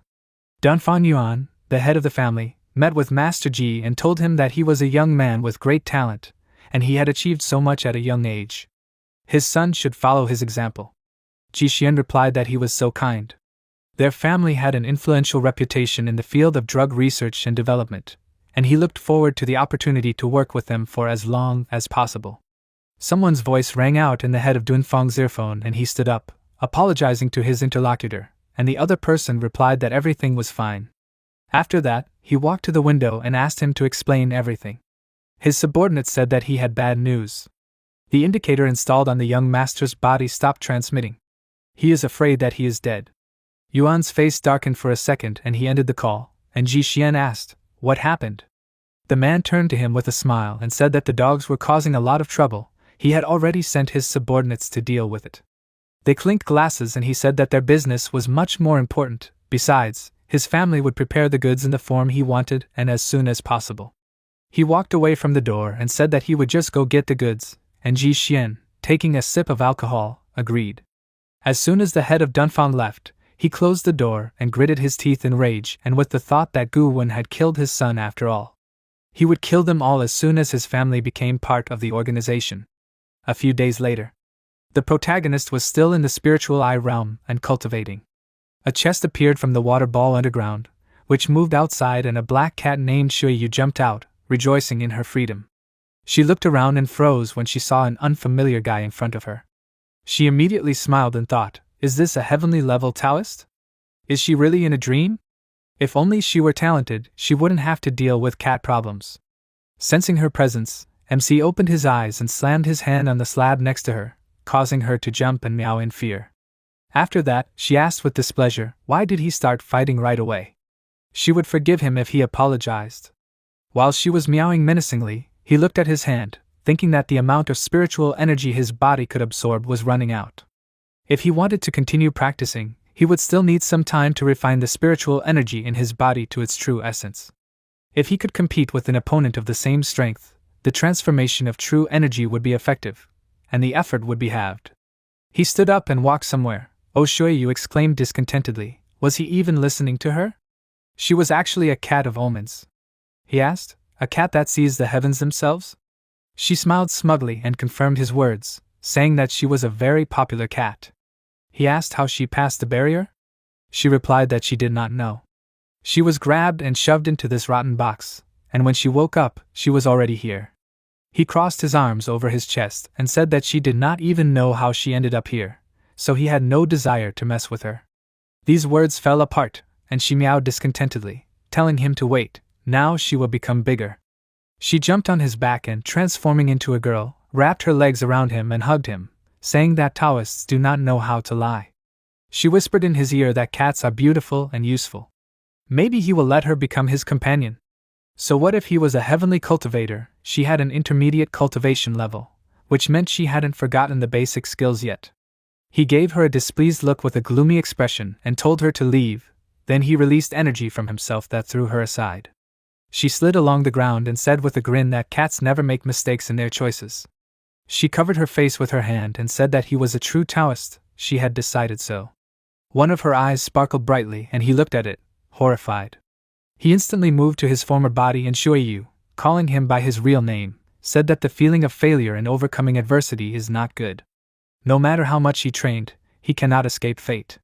She extended her hand and said that as long as he was on her side, she would help him survive the troubles. He reached out to her with his hand, but suddenly dispelled the illusion and grabbed her ear, asking, "Does she think it will work on him?" She closed her eyes and asked him to let her go, saying that it was her fault, she should not contradict her elders. Let her stay with him. He let go of her ear and said that if she helps him survive the disaster, then he will help her live longer.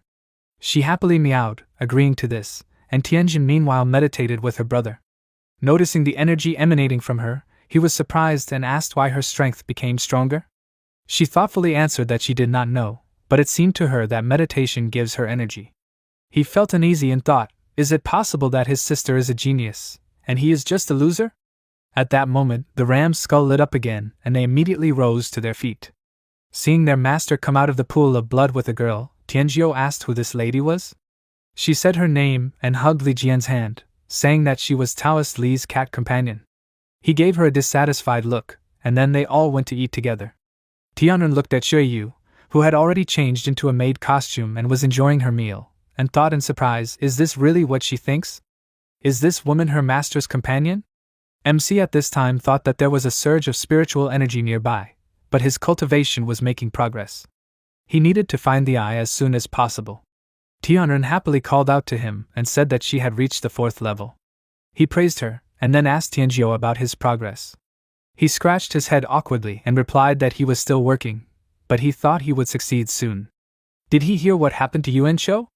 They are worried that they will take it out on Miss Ji and Lu, since they are related to the Gu family. He replied that there is no point in worrying, everything will be fine. Not paying attention to their serious conversation, the cat happily ate a fish bun. Meanwhile, on the roof of the building, Lai Kun met with the killer and said that he had already told him that the one he wanted to see was not here. The guy replied that this was a lie, he was a professional and he would not deceive him. Lai Kun began to get irritated and said that if he did not understand in words, then he would explain everything to him with his fists. The killer took out his blade and lunged forward, saying that he would demonstrate his abilities to him, and Lai Kun put a shield in front of him. Seeing that his weapon pierced the shield and reached his body, he was very surprised, and the killer said that the task was completed. They had very similar strengths, even capabilities, but he was still better. He swung the blade again, delivering a new blow, and the bodyguard cursed and thought that the wound would not heal for a long time because of his metal. He told his opponent that he was celebrating his victory too early, and then jumped back and turned his hand into a gun. The guy easily dodged his bullets and told him to shut up, he was the best killer. Lai Kun was already starting to get tired and covered his body with armor, and then his opponent rushed to attack again. MC at this time was watching what was happening from the roof of another building, and Shuiyu said that she should have dozed off for a while, and here the slaughter was already in full swing. What kind of ability is this? It looks like magic, but more complex. The big guy seems to be about to be killed. He does not want to help him? He replied that there was no need. Since ancient times, fights were not for life, but for death. Only the chosen ones could achieve something. She replied that he was so insensitive. He said that if a person cannot defeat an opponent equal to him in strength, then he has no right to follow him. At that moment, the killer broke through the man's armor and pinned him to the wall, saying that it was useless to defend himself. Lai Kun cleared his throat and his opponent rushed to attack, telling him to go to hell, and at that very moment, the bodyguard remembered his childhood. His mother patted him on the head and asked if he was secretly reading novels again. He replied that the people who wrote it were just awesome. He wanted to do the same. She said that a person becomes strong by striving to protect the most valuable thing he has. Perseverance is the key to success. He agreed with her words and, returning to reality, squeezed the opponent's blade in his hand and broke it, saying that he wanted to become stronger. The guy was very surprised that his corrosion did not work on him, and then jumped back. His opponent rose to his feet and began to exude a powerful aura. His both hands became metal and his level increased to 10.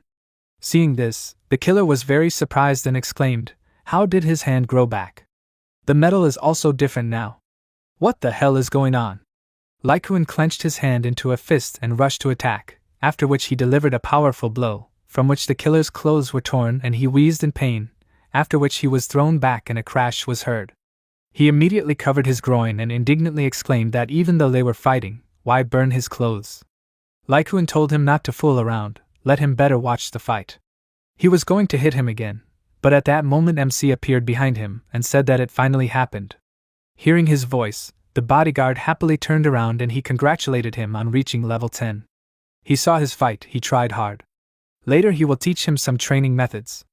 The man bowed slightly to him as a sign of respect and said that without his bracelet his inner powers would not have been released like that. He thought that the master had paid attention to him, he was so kind. The protagonist passed by him and went to the killer, saying that he would do the rest himself. The guy looked up at him and said that he was a professional, he would rather die than tell anything.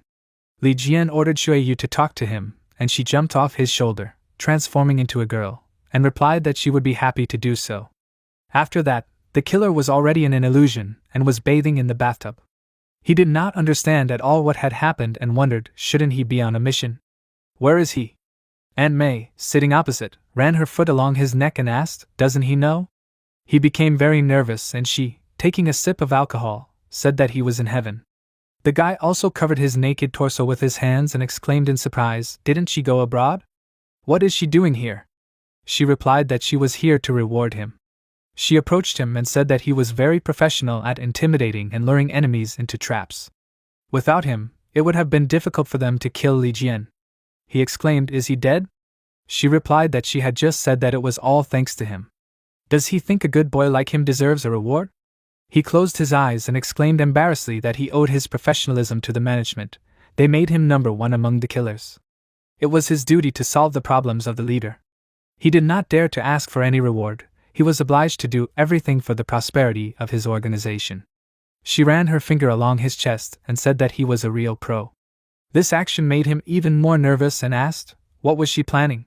He was an exemplary hired killer. He couldn't do something like this.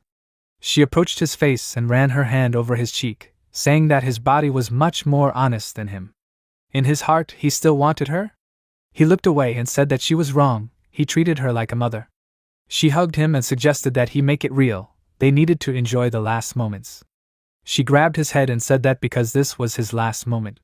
After that, she scratched his eyes with her nails and he screamed loudly, and then died. Shuiyu looked at his corpse and said that a specialist worked here. She thinks he was having fun. Lycoon was surprised, thought, what did he see before he died? Why did he die? Shuiyu jumped off the partition and told Li Jian that this guy was sent by the Black Water Organization. There is a certain person there named Aunt Mei. She holds a leading position. The gang has no connection with the Dunfang family, so for what reason did they order him? He ordered her to go and find out about it, and after that, some time passed. Meanwhile, in the Black Water Gang's territory, in Qinghe City, people were moving goods. The man said that the purity of these crystals left much to be desired. His colleague told him with a smile not to worry about it. The Move family doesn't care. The main thing is the quantity. Do you think anyone will notice if a few pebbles disappear? Suddenly, a missile was fired towards them, and then a powerful explosion occurred, which scattered all the gang members. Lycoon, who fired the missile, said that it was time to start cleaning. The other gang members exclaimed, "What the hell is he doing in their territory?" His colleague told him to shoot him, but before they could do anything, Shuiyu attacked them and told them to calm down. She pierced them with her claws and smiled, saying that they were weaklings. Can they at least make her laugh? Another gang member, who had managed to get behind the machine gun, started shooting at her, but she was in no hurry to dodge and said that she could see all the trajectories of the bullets, so he shouldn't try. At that moment, Lycoon fired a rocket again, and there was an explosion, and Shuiyu didn't pay attention to it, and said that she was hungry. She hoped that when the owner finished his business, he would invite her to dinner. Meanwhile, explosions were finally heard in the main building of the gang. The leader of the gang, a blind snake with a low cultivation level, turned around and asked, why was it so noisy outside? Was the white tiger going wild?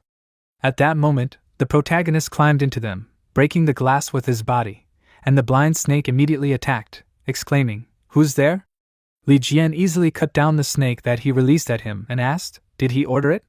The blind snake recognized him and crossed his arms over his chest, smiling and saying that he was that same high-level cultivator with dozens of kills to his credit. Now it was clear why his best mercenary hadn't returned alive. He was certainly audacious, since he came to them himself. But he didn't have long left. The protagonist swung his sword sharply, sending a shockwave at him, and said that he had come for him, and that he shouldn't have gotten into his way. Miss Mu Fei, who had been inactive until now, suddenly jumped up from her chair and repelled the attack, protecting the gang leader. MC frowned and wondered if she was in the final stage of cultivation. The blind snake hid behind her back and said that he didn't want to upset Miss Mu, and she said that Aunt Mei wasn't here. Who did he think was running the organization? There were important negotiations to be held today that should definitely not be disrupted. Or who would be responsible for this in front of Aunt Mei? The blind snake said that he was currently the temporary leader, and the success of their cooperation today depended on whether she could support him. He was confident that he would make the right decision. She lit the flame in her hand again and said that she hoped he would keep his word. Looking at her strength, Li Jian said that she had enough ability to become an outstanding person. Why did she get involved in all this with him? In response, she released a stream of flames into the box behind him and exclaimed that it was none of his business. The box immediately acquired a soul and opened its mouth wide, and Li Jian turned around to check. Meanwhile, Mu Fei shouted that no one dared to interfere with her family's negotiations. The box jumped forward in an instant and, using the nearby furniture as a body, rushed to attack and slashed with his hand, but Li Jian quickly dodged and, increasing the distance between them, asked, did she bring the box to life? He looked at his opponent and saw another living object around her, and she said with a gloomy expression that if he came near, he would regret being born. He took out his broken blade and said that it was interesting, and she, noticing his weapon, exclaimed, did he decide to attack with this broken blade? Let him not make her laugh. She waved her hand, causing the chair to release a bright flame at him, and he swung his crescent-shaped blade and immediately dispelled her attack. Mu Fei exclaimed that her fire melts metal. But it can handle this stump? It was Li Jian's turn to attack, and he swung his hand, and his blade cut off part of the roof along with the back of the chair behind which the woman was hiding. First looking at the ceiling and then at her chair, she asked in surprise, did he cut her puppet so easily? Apparently, she was in big trouble. The protagonist rushed towards her, and she exclaimed that nothing was lost yet, after which she again extended her hand towards him and told him not to underestimate her. The box spat out several pistols, which the woman immediately took under control, and Li Jian thought that the box contained firearms. This girl can control a large number of objects. Immediately after that, the guns started shooting at him, and he jumped aside and re-energized the sword, saying that it was good that she had experience in the real world. However, she had not yet grown to his level. After saying this, he swung the weapon, cutting through the box in front of him, and the chair covered Miss Mu with itself and told her to be careful. The blind snake, amazed by his strength, asked who he was, but Li Jian ignored his question and asked his opponent, is this her strong point of being a manipulator? He remembered that in his past life, he had a clash with the Tang clan. Their abilities are similar, but the difference is still noticeable. Maybe the lack of spiritual energy in this world is the reason why people with superpowers are so common. Mu Fei dispelled her abilities and the chair fell to the floor, and she said that she admitted defeat, so she suggests discussing other matters. What he mentioned has nothing to do with her. The blind snake became nervous and said that she couldn't just betray him like that. Li Jian asked her to tell him about the people behind her, but in fact, she wasn't going to give in so easily and activated her other ability. The threads wrapped around his legs and she said that he had fallen for her tricks so easily. After that, she activated her ability, lifting the stones with the threads and pulling them towards him. He thought that she was showing submission so that he would let his guard down. This was further proof that he couldn't trust anyone. Knowing that she wouldn't be able to get close to him directly, she decided to close the distance. She also aimed the threads at his vital organs. Does she think he won't have time to attack? He swung the crescent-shaped sword again, cutting through several threads, but the stones immediately clung to him from all sides, restricting his movements. The gang leader smirked and asked the miss, why is she hesitating? Let her kill him. She asked, does he think she can kill him? The protagonist used the blade technique, breaking the stone shackles with a bright beam of light, and the woman exclaimed in surprise, what's going on? Li Jian's eyes flashed with rage and he said that he originally did not intend to kill her, but apparently he no longer had a choice. His opponent revived the objects and began to shoot at him, and the blind snake told her to use her power to the fullest. She exclaimed, does he seriously think that she is from Blackwater? But suddenly something very unexpected for her happened and she asked in surprise, how is this possible? Seeing that her opponent was protected from the flames by a living box, she exclaimed, why is he controlling her puppet? The protagonist told them to step back, and the blind snake grabbed the miss's hand and asked, does she have any other plan? Let her quickly finish him off.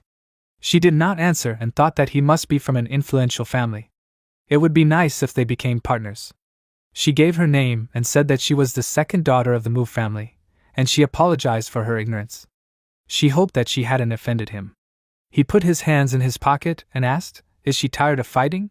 She bowed slightly to him and asked him to make himself at home. She would go get some tea now. The gang leader asked in surprise, did she forget about their agreement? She looked up at him and asked, does he still not understand? Her family wouldn't pay attention to him if he didn't have the spiritual stones. He became nervous and, seeing Li Jian approaching him threateningly, asked, how dare he? Aunt Mei and the Dunfang family won't let this go so easily. MC immediately slit his throat and told him to calm down, they would soon end up like him. Meanwhile, Xiangtai was sitting at the table in her room, daydreaming about Li Jian. She sighed heavily and asked, did he leave without waiting for her to wake up? She wanted to thank him so much for his kindness. If they fell in love, they would get married and have children within 3 years.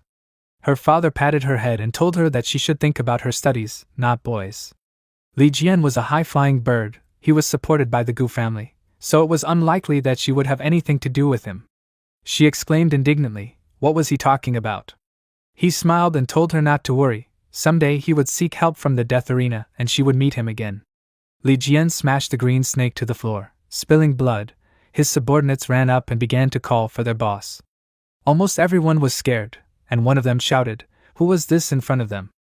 Li Jian began to turn around, With a murderous look, he asked, "Do they want to fight him?" However, everyone was frightened and silent, and soon fell to their knees and loudly asked him to accept them. Jian said that they quickly made the right decision. Zhu Wei, the second head of the Black Water, said that in their gang, the strongest holds the top position. Blind Snake defeated him and took over the role of the leader of the Black Water. The person who defeated Zhu Wei will become their new leader. These are the rules set by Aunt Mei. Jian asked, "Aunt Mei, is this the woman everyone is always talking about?" He sat on a chair and told them to tell her. Now the leader has changed. All the gang members were sitting, except for Miss Mu. She thought that he was very arrogant. He was used to keeping everything under his control. Aunt Mei is the real leader of the gang. She has a very close relationship with that pavilion. Zhu Wei said that they will do everything, and now they will leave. He smirked as he walked away, thinking that Jian shouldn't have angered that woman. Once she got rid of him, the position of head would go to Zhu Wei. Li Jian looked at Miss Mu and asked, "Is she still not gone?" She told the master that the Mu family specializes in producing special additives. They own numerous deposits of medicinal raw materials. But due to the lack of effective refining technology, they were forced to cooperate with the Blind Snake. Can he give her family a chance if he is now the head of the Black Water? He replied that he would like to see these medicinal raw materials. Where is it? She happily said that the raw materials are in Clear Bay. They will travel in 3 hours by car. He asked her to take him there, but Miss Mu became worried. They will not let him in without a pass. She needs time to request permission for him. He said that he agrees. As soon as she receives the agreement, she should immediately inform him. He walked out of the house at the border of the Black Water territory. Shui Yu happily said that the master has finally come. She has been waiting for him for so long. The protagonist said that she would go with him, and Ji Laikun would make sure that everything was calm there. The guard listened to him. Shui Yu purred. Her master ordered the big boy to guard the house, and took her with him. They left, and he replied that she was right. Soon, Shui Yu ate fish in the attire of a cat, and said that she was loved more. Gu Tianan fed her. She told her to chew more slowly. Gu Wen congratulated Li Jian on reaching the next level. He replied that it would have taken him longer to do this if his grandfather had not helped him. Gu Wen said that the protagonist not only returned victorious, but also brought his grandchildren back alive and well from the death arena. He is very grateful. Gu Tianjiu came over and said that his grandfather chose this residence especially for Jian. No one will interfere with his cultivation there. The security is at the highest level, so no one will be able to get close to him unnoticed. He looked at the key carefully. Even it emitted spiritual energy. It seemed that the Gu family had gone to great lengths to please him. He took the key and said that it was wonderful, and Gu Wen said that it was the least he could do for him. They had sent more people to search for the spiritual eye, so they should expect news soon. The protagonist walked up to Gu Wen and extended his hand, saying that he was more useful than expected. Grandpa was surprised and nervous. Li Jian touched his forehead, and a bright energy came out from his fingers. Tianjiu was excited and called out to Grandpa, and Tianren turned around, feeling something familiar. Jian's body was shining brightly. Gu Wen suddenly fell out of his wheelchair and began to arch his back on the floor, and then he gasped, falling on his back. Tianjiu asked in horror, "Why did he do this?" Jian replied, if his strength had increased, he couldn't help but reward them. Gu Wen turned over on his own, then stood up and looked down in shock. He stood on his own feet happily and said, "My God, he can stand on his own again." Tianjiu cried and called Grandpa. He cried too. Gu Wen thought he would spend the rest of his life in a wheelchair. He bowed at Mr. Li Jian's feet and said that he was very grateful to him. He hoped that one day he could repay him in kind. The protagonist replied sternly, "One must be loyal to him, then he will gain even more power." Near the huge house there was a pool in which Aunt Mei was swimming when her phone started ringing. She sighed, said upset that she was not allowed to relax, and began to get out of the water. Aunt Mei answered, and after the conversation, she said that she understood everything. A man came up from behind and hugged her, asking, "What happened?" She replied that it was nothing. Some boy thought he was the leader of her gang. He was just a stupid child who decided to compete with her. Aunt Mei's lover asked if she needed his help, but she refused, because she wanted to teach him a lesson herself.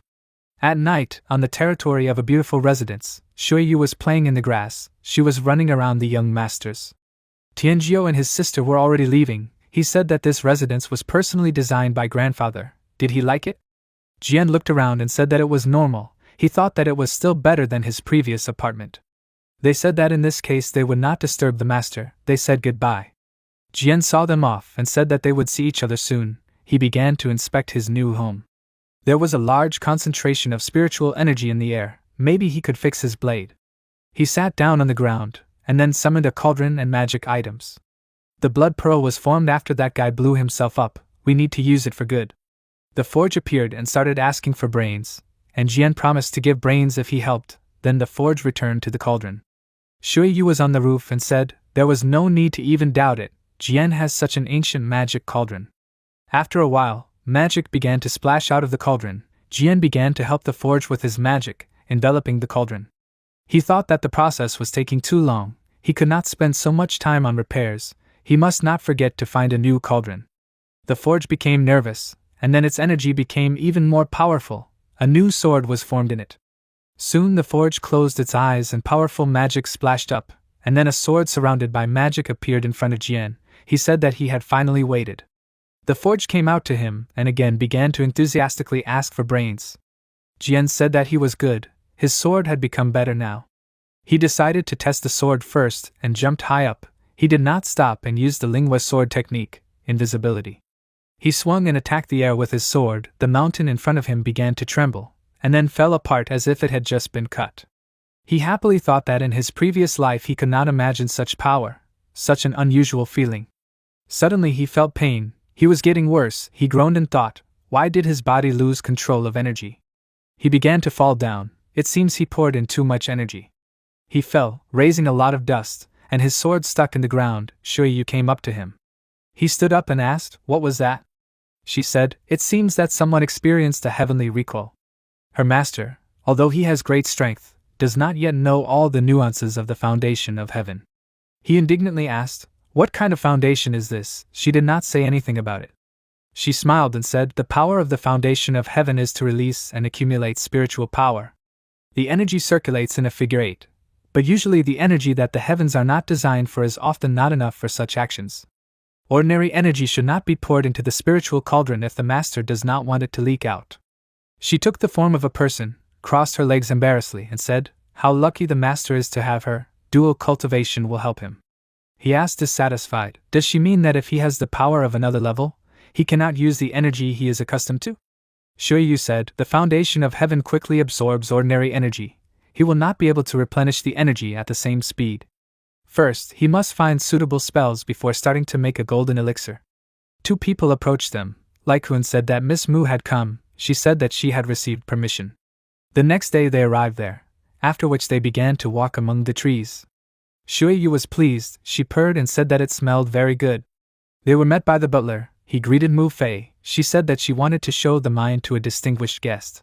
He replied that the pass only allows one person to enter. Who is the distinguished guest? Madame Mu turned around and counted that there were 3 of them. She did not expect that Jian would bring a girl with him. Shui Yu stood proudly next to him. Only together can they pass. Madame Mu said that her family keeps secrets from outsiders. They only let others in when family members are present.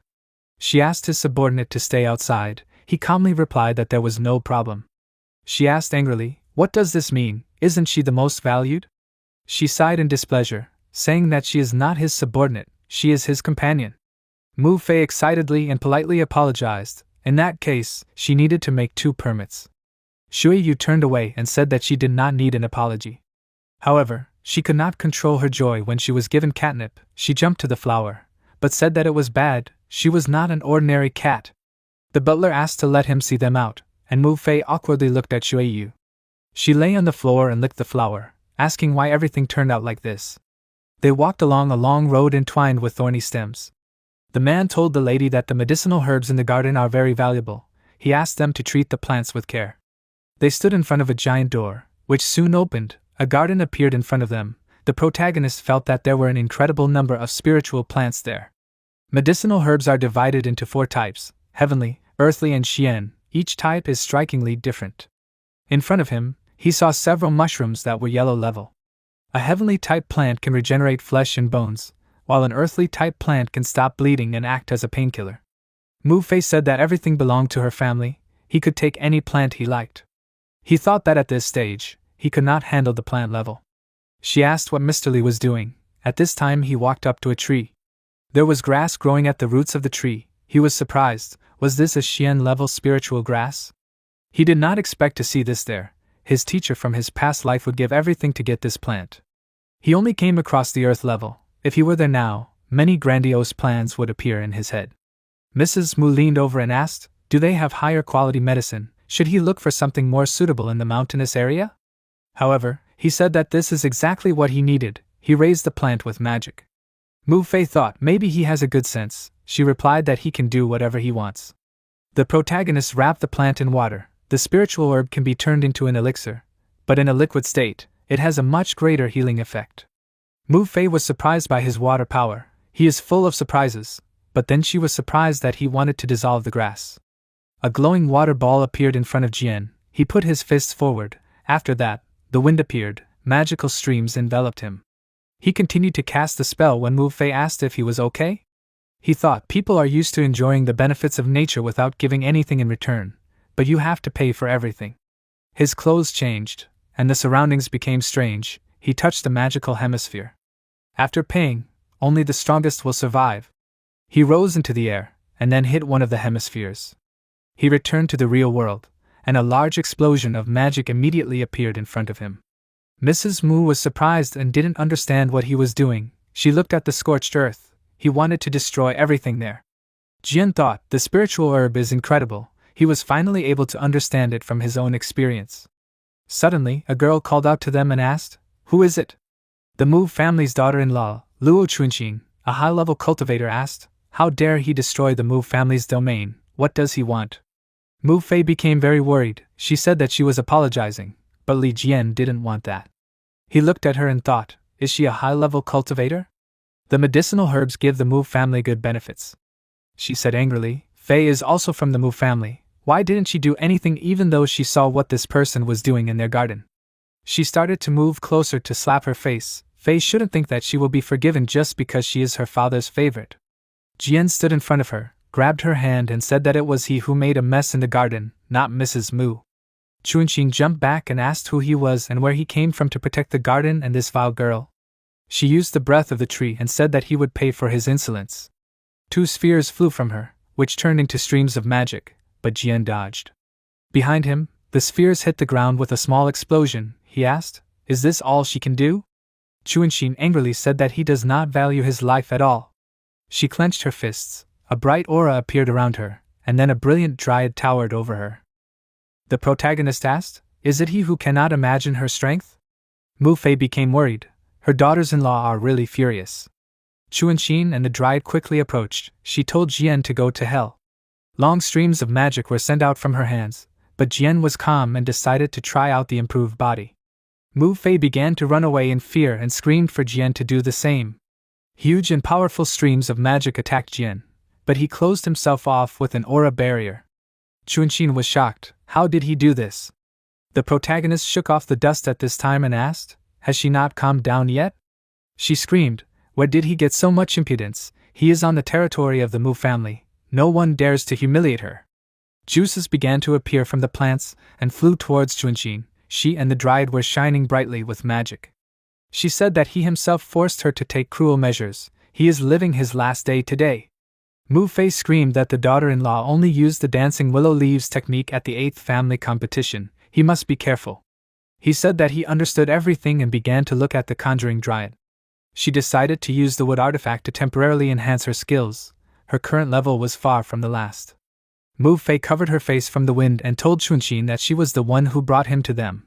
All responsibility was on her. However, she was already too angry. Who was Mu Fei to tell her? She would first kill the guy, and then deal with her. A large magic ball appeared from the dryad's mouth. Chunqing said that today they would both die. After that, the dryad released a powerful stream of herbal magic from her mouth. A huge beam rushed towards Jian. A large fiery explosion occurred. Mu Fei covered herself from the magic with her hands. She said that she was very sorry, it was her fault, but then she looked at him in surprise. The giant stream of magic could not break through his barrier. Although there was a strong wind and stones flying around, Jian said that she was incredibly weak. Usually he was reasonable with weak people, but if she did not mind staining her hands with blood, he would not spare her. He used the element of chaos, thunder, and a ball of lightning appeared in his hand. The powerful stream of his magic destroyed the beam of Chunxin and headed towards her.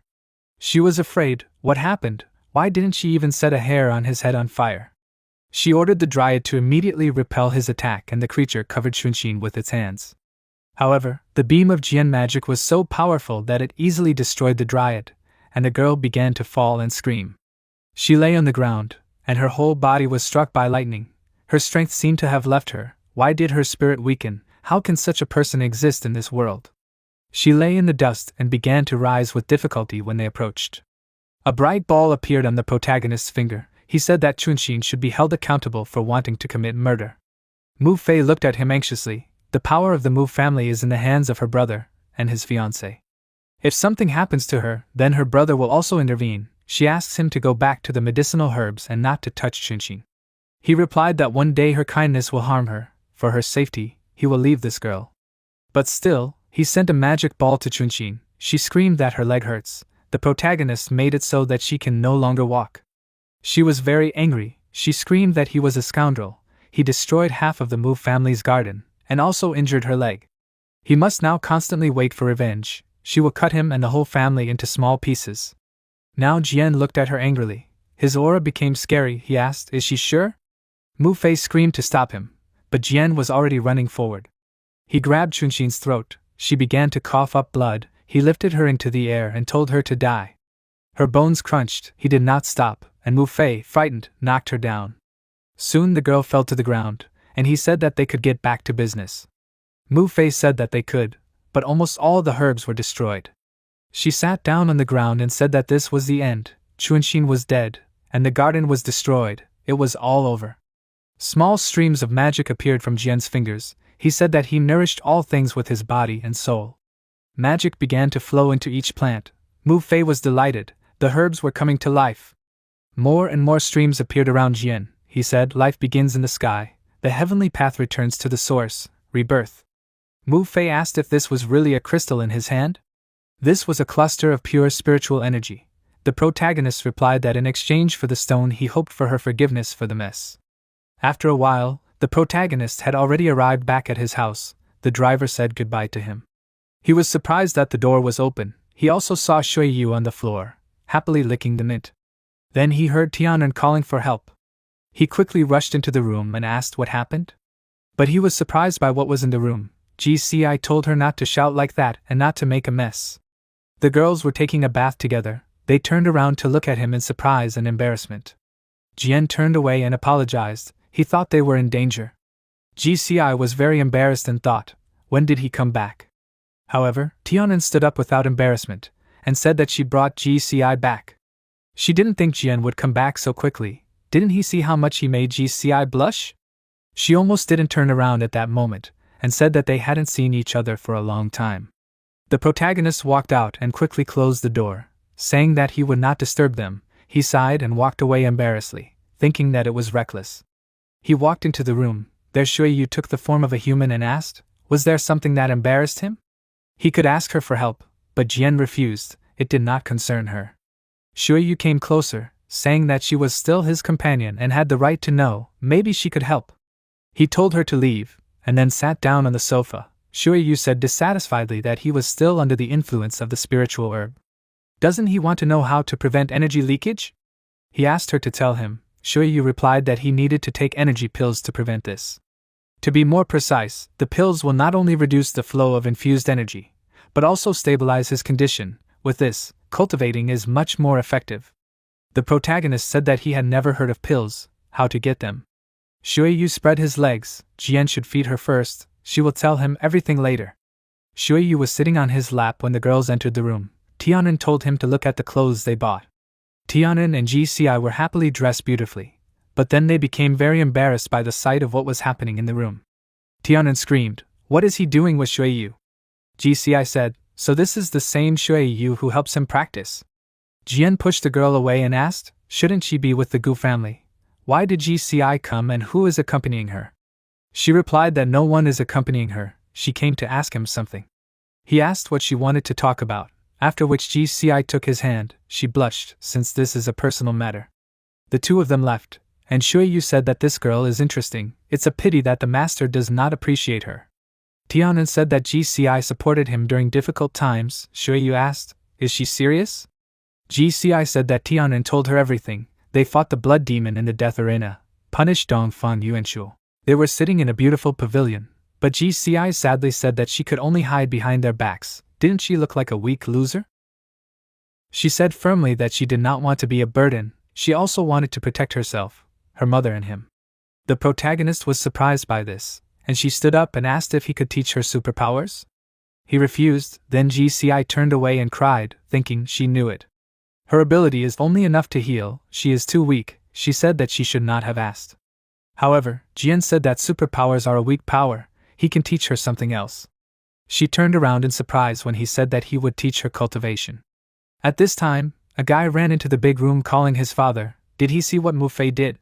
Mu Mingqi, the eldest son of the Mu family, said indignantly that she did nothing all day. Moreover, she brought some tramp into their garden, and he killed his fiancée. Father should take some action. The head of the Mu family, Mu Hogan, said that she was a little and vile scoundrel. At that moment, she entered the room and told her father that she had to discuss the Mu family's affairs. Mingqi turned around and said angrily that she was an accomplice to the crime. She stood by and watched his fiancée being killed. But she had the nerve to come to them even though Chunxin's body was still warm. Mu Fei said that Mr. Li had unintentionally destroyed the garden. She would take responsibility for Luo Chunxin's death. Mingqi asked, did she think her life was worth even a drop of his fiancée's life? Mu Fei asked him to let her explain everything, and then they could do as they saw fit. She showed them the crystal and asked them not to touch Mr. Li. Both men were surprised. They asked, this glitter, is this an S-grade crystal? Where did it come from? Who gave it to her? She replied that it was Mr. Li's payment for destroying the garden. Mu Hogang asked, does he want to reduce his guilt towards the Mu family with the crystal? Even the Blackwater gang doesn't have such crystals. Who is this Mr. Li? Perhaps he would like to cooperate with them? Mu Fei replied that he would be willing to be their partner if they gave him full access to the Mu family's medicinal herbs. Father said that was fine. Mingqi was dissatisfied and thought, when did this little stinker become so smart? He took her hand and told his dear sister that Mr. Li was a great friend for their family. He asked her to introduce them to each other as soon as possible, but Fei asked if he was sure about that if Jiang killed his fiancée. He smirked. She was a fiancée, not a wife. For the prosperity of their family, they had to sacrifice something. She was already dead. There was no need to think about the past. Fei called him shameless because of this. Father said that the blame for Chunxin's death lies with her. She must serve her punishment. She will live alone for 3 months and think about her behavior, and until Mingqi takes her position, she must give him the crystal. He pretended to be sorry to take on such a responsibility. I hope he doesn't lose all his strength. As a brother, he advises her to find a husband and not to overwork herself. Mu Fei said dissatisfiedly, don't be overconfident. Mr. Li is not so easy to do business with. At this time, GCI blushed when she realized that he would teach her cultivation. He stood up and said that he would help restore spiritual strength so that GCI could cultivate immortality. But she would lose her innate ability. Is she willing to do that? GCI said enthusiastically, if she is with him, she is willing. The protagonist jumped and used the blade of the wasteland, awakening of righteousness. He jumped around GCI and delivered pinpoint strikes. This is the internal energy. After hitting her forehead, GCI screamed and leaned over, feeling a super ability. She trembled and said that she was in pain. Jian replied that he cleared her meridians. Now she should feel the fluctuations of spiritual energy around her. You can't resist the flow. GCI felt many bright flows and her body glowed. She said with difficulty, yes, she can feel it. Jian advised her to focus on the heart. GCI needs to collect the energy in her body piece by piece, then release it with the power of thought. She put her hand forward, but only a small flow came out. She cried and said that she was too weak, and GCI thought. He used special vision. Thanks to this he saw many flows around her. Does she have a rare ethereal root? Ethereal root is the rarest artifact that transforms the spiritual energy of heaven and art into incredible power that cannot be restrained. In history, there was already a person who was able to elevate himself to the gods. This beautiful woman built her own world. Even immortals were afraid of her. GCI asked, is he really laughing? But the protagonist replied that she has great prospects. But that's enough for today. She needs to wait a few days to return to her studies. The rarer the root, the purer and more spiritual energy they need. They really need the spiritual eye. GCI was happy that she had Jian. The next morning, The news reported that recently, 2 cases of missing female students were reported at Tongyang College. It was reported that this was the 18th case in the city. So far the police have not received any evidence, so the culprit is still at large. Law enforcement urges students to pay close attention to their personal safety. Do not walk alone and call 911 if necessary. GCI walked in and asked where Jian was. Tianan said that he left about 30 minutes ago. GCI was horrified, thinking that he had already left, because she did not make any impression on him. She walked out, and Tianan screamed that the news said that young people were being kidnapped on the streets. She must be careful. But Jing Xi said not to worry, Mr. Gu will be with her. After a while, Jian arrived at the Mu family. He was met by many servants. Mingqi greeted him and said that he was glad to see them. He asked him to come to the Mu family's house. He should also notice that Jian looked beautiful. But the protagonist did not shake his hand and asked who he was. Where was Mu Fei? Mingqi said that he was her brother. Unfortunately, his younger sister was sick and could not greet him in person. But that is why he was there to answer all their questions. Jian turned around to leave. He said that he was working with Mu Fei, not her family. Mingqi stood in front of him and said, Mu Fei has always been extremely reckless, and they are 2 men, can't they come to an agreement? As the eldest son, he can offer them great benefits. The protagonist looked at him sternly, and told him to leave unless he wanted to end up as his fiancée. He immediately started to leave, and Mingqi got angry and said, this is a nightmare. He thought he was too cool, he would be a corpse if Mingqi didn't need him. Jian only wants to talk to Mu Fei, but that won't happen, he'll crawl to him on his knees. Shui Yu said that there was no one in the room. Mingqi lied to him. Jian asked him to find her. She took his hand and brought it to her, telling him not to worry, she was right there. They found themselves in the middle of a field. Jian said that they had been walking for 3 hours. Shui Yu is sure that it is there? She sighed heavily and said that she was sure. Cats have a very good sense of smell. But it was still a long way to go, and her legs hurt. It was so bad that Mu Fei was in such a far place. Soon they saw a warehouse. Shui Yu said that it was there. She blushed, approaching Jian, saying that she was really useful. What would he do without her? Inside they were met by 3 men. One of them asked who came? They started to approach with clubs. The main one said that the little girl was lost, they can take care of her. She looked at them carefully, and then attacked. With the help of her claws she injured everyone in one blow and scattered them. Shui Yu screamed, who is he going to take care of? He better show respect to her master.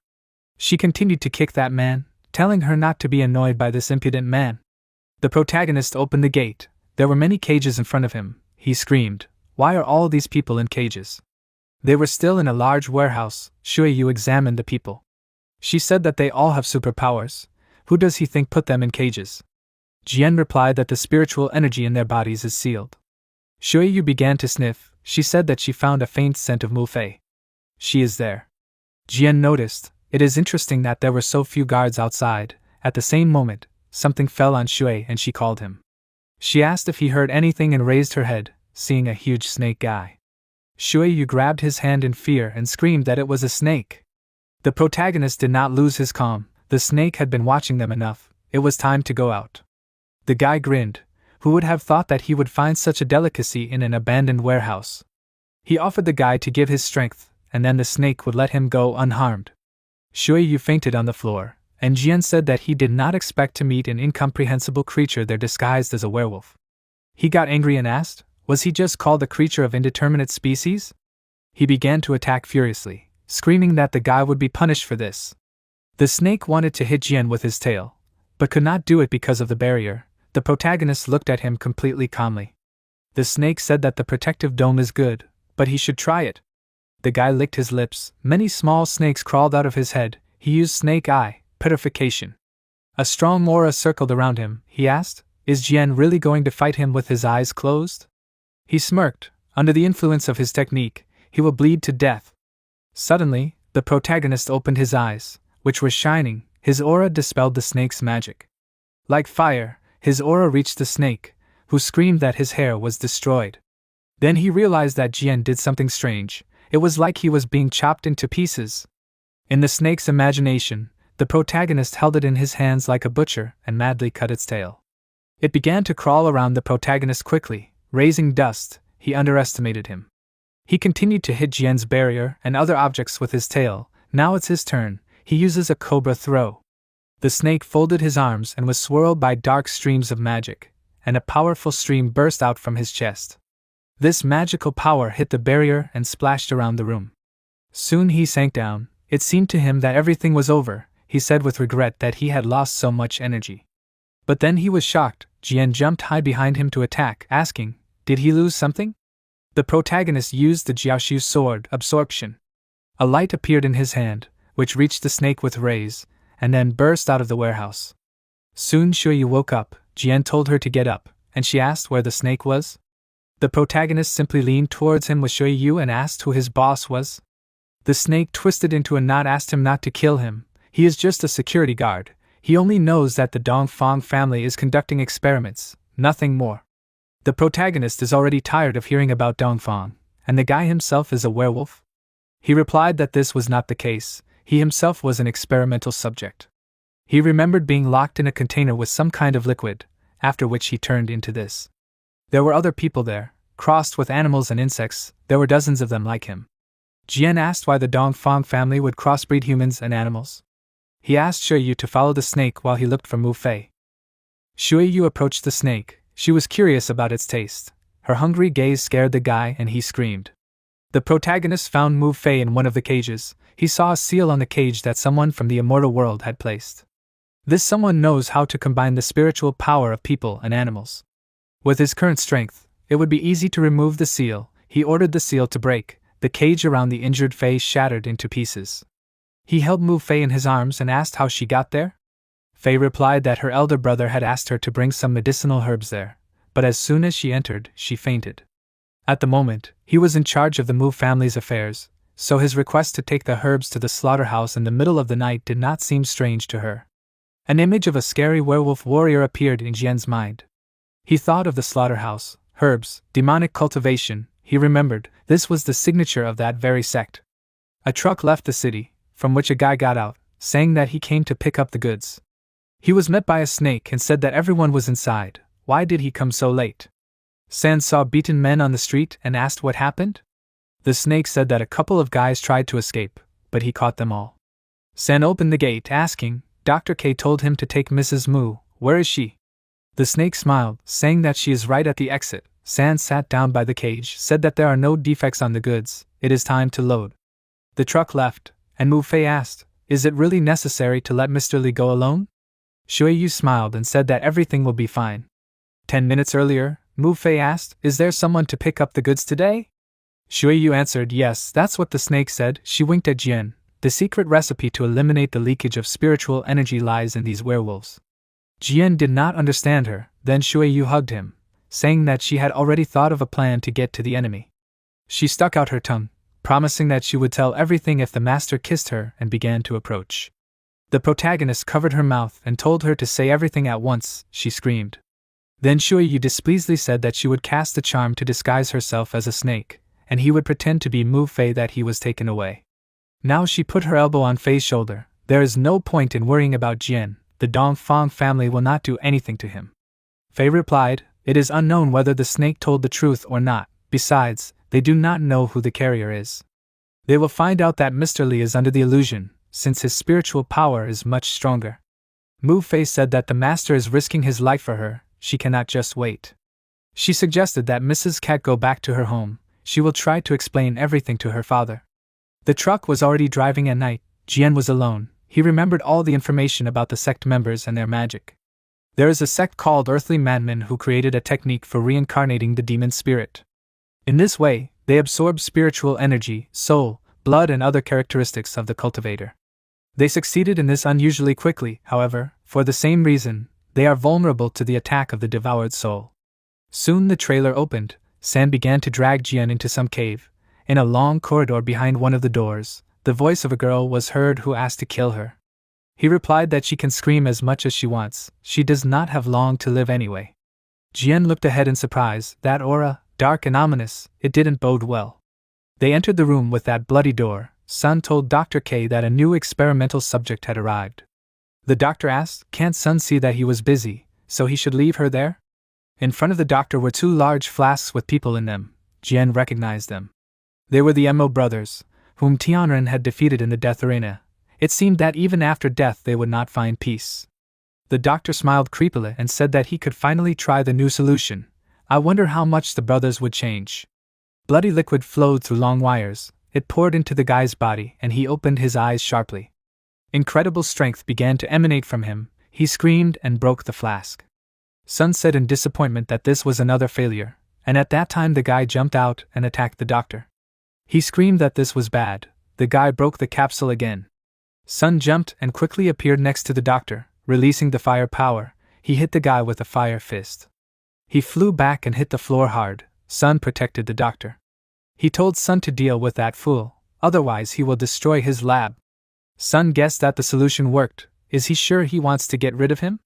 The guy looked at them angrily and told them to die. His body was mutated. The doctor said that this is nonsense. He is just a failed experiment.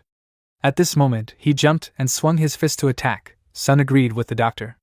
Streams of flame poured out of his hand. Sun said it was time for him to rest in peace. Immediately the guy caught fire in a huge explosion. The protagonist thought, this Sun is a late-stage cultivation, fire superpower? His energy concentration is much higher than Tianjiu. Sun said that everything is ready and shook off the dirt. The doctor promised that he will always be his favorite. What would he do without him? San repeated that he had delivered the goods. Then the doctor smiled evilly and ordered to bring a new capsule, and then put Mrs. Mu in it. Earlier in the warehouse, Shuiyu sat in front of the snake's body and said that she would have to penetrate the spiritual technique of transforming into a demon. Now Jian was already inside the capsule. He thought, if her words were true, then personal intervention was needed to eliminate the leakage of spiritual power. Next to his capsule was Chunxin. The doctor said that Mingqi was a real tyrant. He did not allow the bride to rest in peace. I wonder what will happen if you combine wood power and control power. He told Mrs. Mu that he advised her to endure the experiment, or she would die in agony. He connected the capsules with a wire. Bloody liquid began to flow into Jian. The protagonist was in his previous body. He felt like he was chained to the rocks. He asked what kind of place this was. A large stream of magic enveloped him. The wood demon asked, did he think he could get rid of it? He could not dream of it. It would take away his body and strength. It would haunt him forever. The demon passed through his body, and Jian felt pain. His face tensed, and he coughed up blood. The art of reincarnation still negatively affects the spiritual essence of the original owner. Evil spirits take advantage of this. A powerful stream of magic continued to flow through him. This is terrible. Will he really be absorbed by the demon? Shuiyu warned him, where is it? Energy mixed inside Jian's body. His heart absorbed the magic and glowed brightly. The protagonist broke the chains and screamed. He realized that with the glow of internal and external energies, the spiritual energy in his body is protected. Now the energy will not break out. The internal energy spreads through all the cells of the body, like molasses. The doctor watched the capsule. The power reached 50%, but nothing happened. It needs to be increased by 20. The employee listened to him. Wind currents flew around the protagonist. He said that he no longer felt Luo Chunxin's presence. It seems that Shuiyu succeeded. Suddenly, another Jian appeared behind the guy. He called out to Bai Shu. He advocates righteousness, but uses devilish methods. Can his heart withstand it? Jian has changed. Now he is not the coward that Bai Shu knew before. The protagonist turned around and asked what the demon Jian wanted to tell him. Jian smirked and said that he wanted to get his body back. He jumped and began to attack. When they collided with magic, a giant explosion and a ring of fire appeared around them. Their palms were connected. Bai Shu asked, Jian is his inner demon that he must defeat. Does he really think that demonic tricks will save him? Jian said that Bai Shu was him and Jian was Bai Shu. What was wrong if they teamed up? Bai Shu tried to attack the demon, but he jumped back. Then Bai Shu created many swords, saying that his path was out of reach. Jian also created magic swords and asked, if the guy was right, then why was he there? He had better not resist. He was controlling someone else's body. But Jian could do the same to him too. There is no great path in the world. There are strong and weak. He can remember all those he once killed. After all, one day, he himself will become the one he hates the most.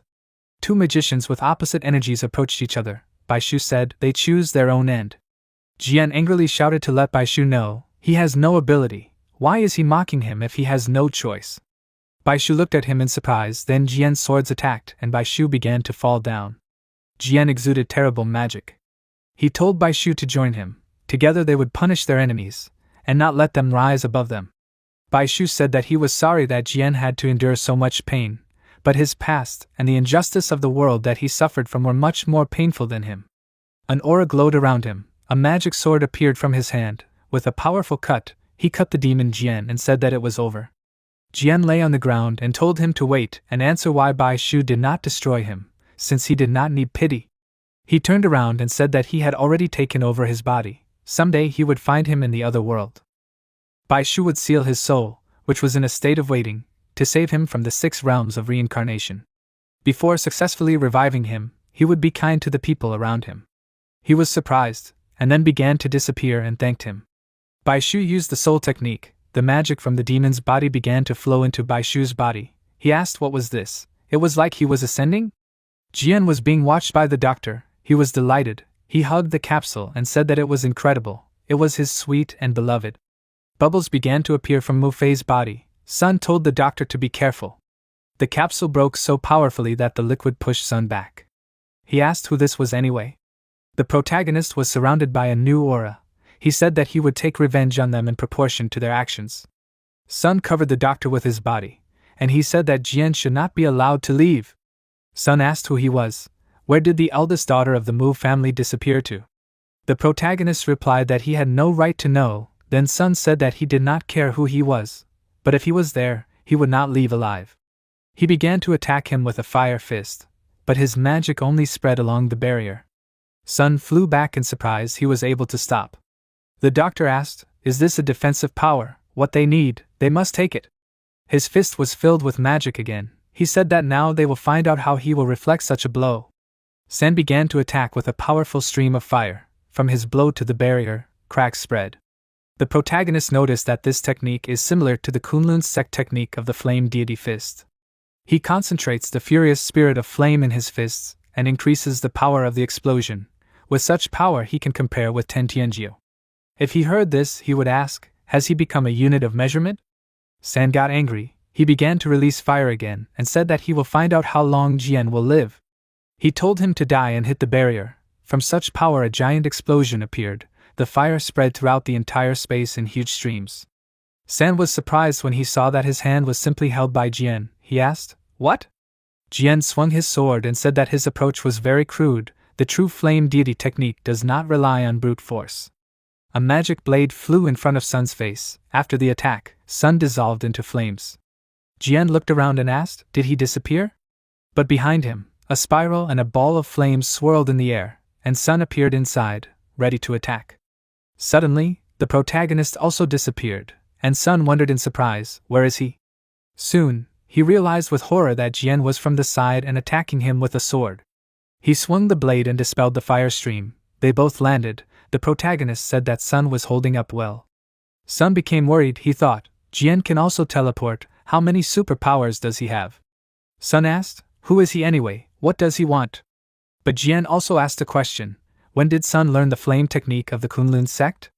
He will force him to use all his strength, because he has not played enough yet. His smirk made Sun angry. He dared to look down on him. The doctor shouted at Sun to stop. He would destroy his entire lab. He replied that Jian was too strong, and the lab could be rebuilt. The Dongfang family had a lot of money. Sun began to release all his flames. They rose high up, filled the entire room. The workers were afraid. The guy asked why she was standing. She needed to run. The girl replied that Sun had an advantage. Why run? He was standing in front of a wall of fire. The girl asked, does the colleague not know this? In the past, with the super squad, Sun killed their leader, and it was so easy. He goes crazy when he releases all his power, and the damage can be incredibly huge.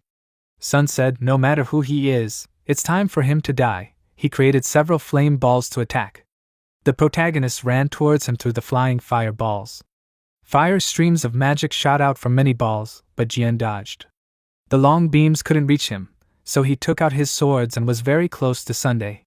The swords with flames were approaching. Fire was coming out of Sun's fingers. He looked back and thought, is this powerful stream his technique? The protagonist was approaching, and Sun shouted at him to stop. A giant fire tornado appeared in front of Jian. However, Jian laughed and asked, he calls this a technique? His water magic rushed forward, the fire dissipated, and the protagonist used a sword technique, Moon Frost. Sun's leg was covered in ice. Sun screamed in shock. He can also control ice. Why is Jian better than him?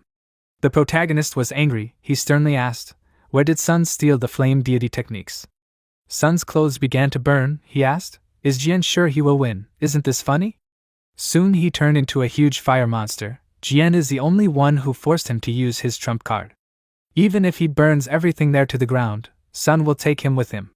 The protagonist said that it was interesting. He already had the 5th level of the flame deity technique. Then he would let him see his yang technique. He summoned the true form of the flame deity. A huge creature appeared behind him, exuding a powerful flame aura. The deity approached Sun. He was much smaller and asked, is this really it? He screamed, what did Jian do? It's unfair. The deity swung his weapon. A fire blade flew over Sunday. And then the god cut off Sun's head with a giant flame, which flew far away.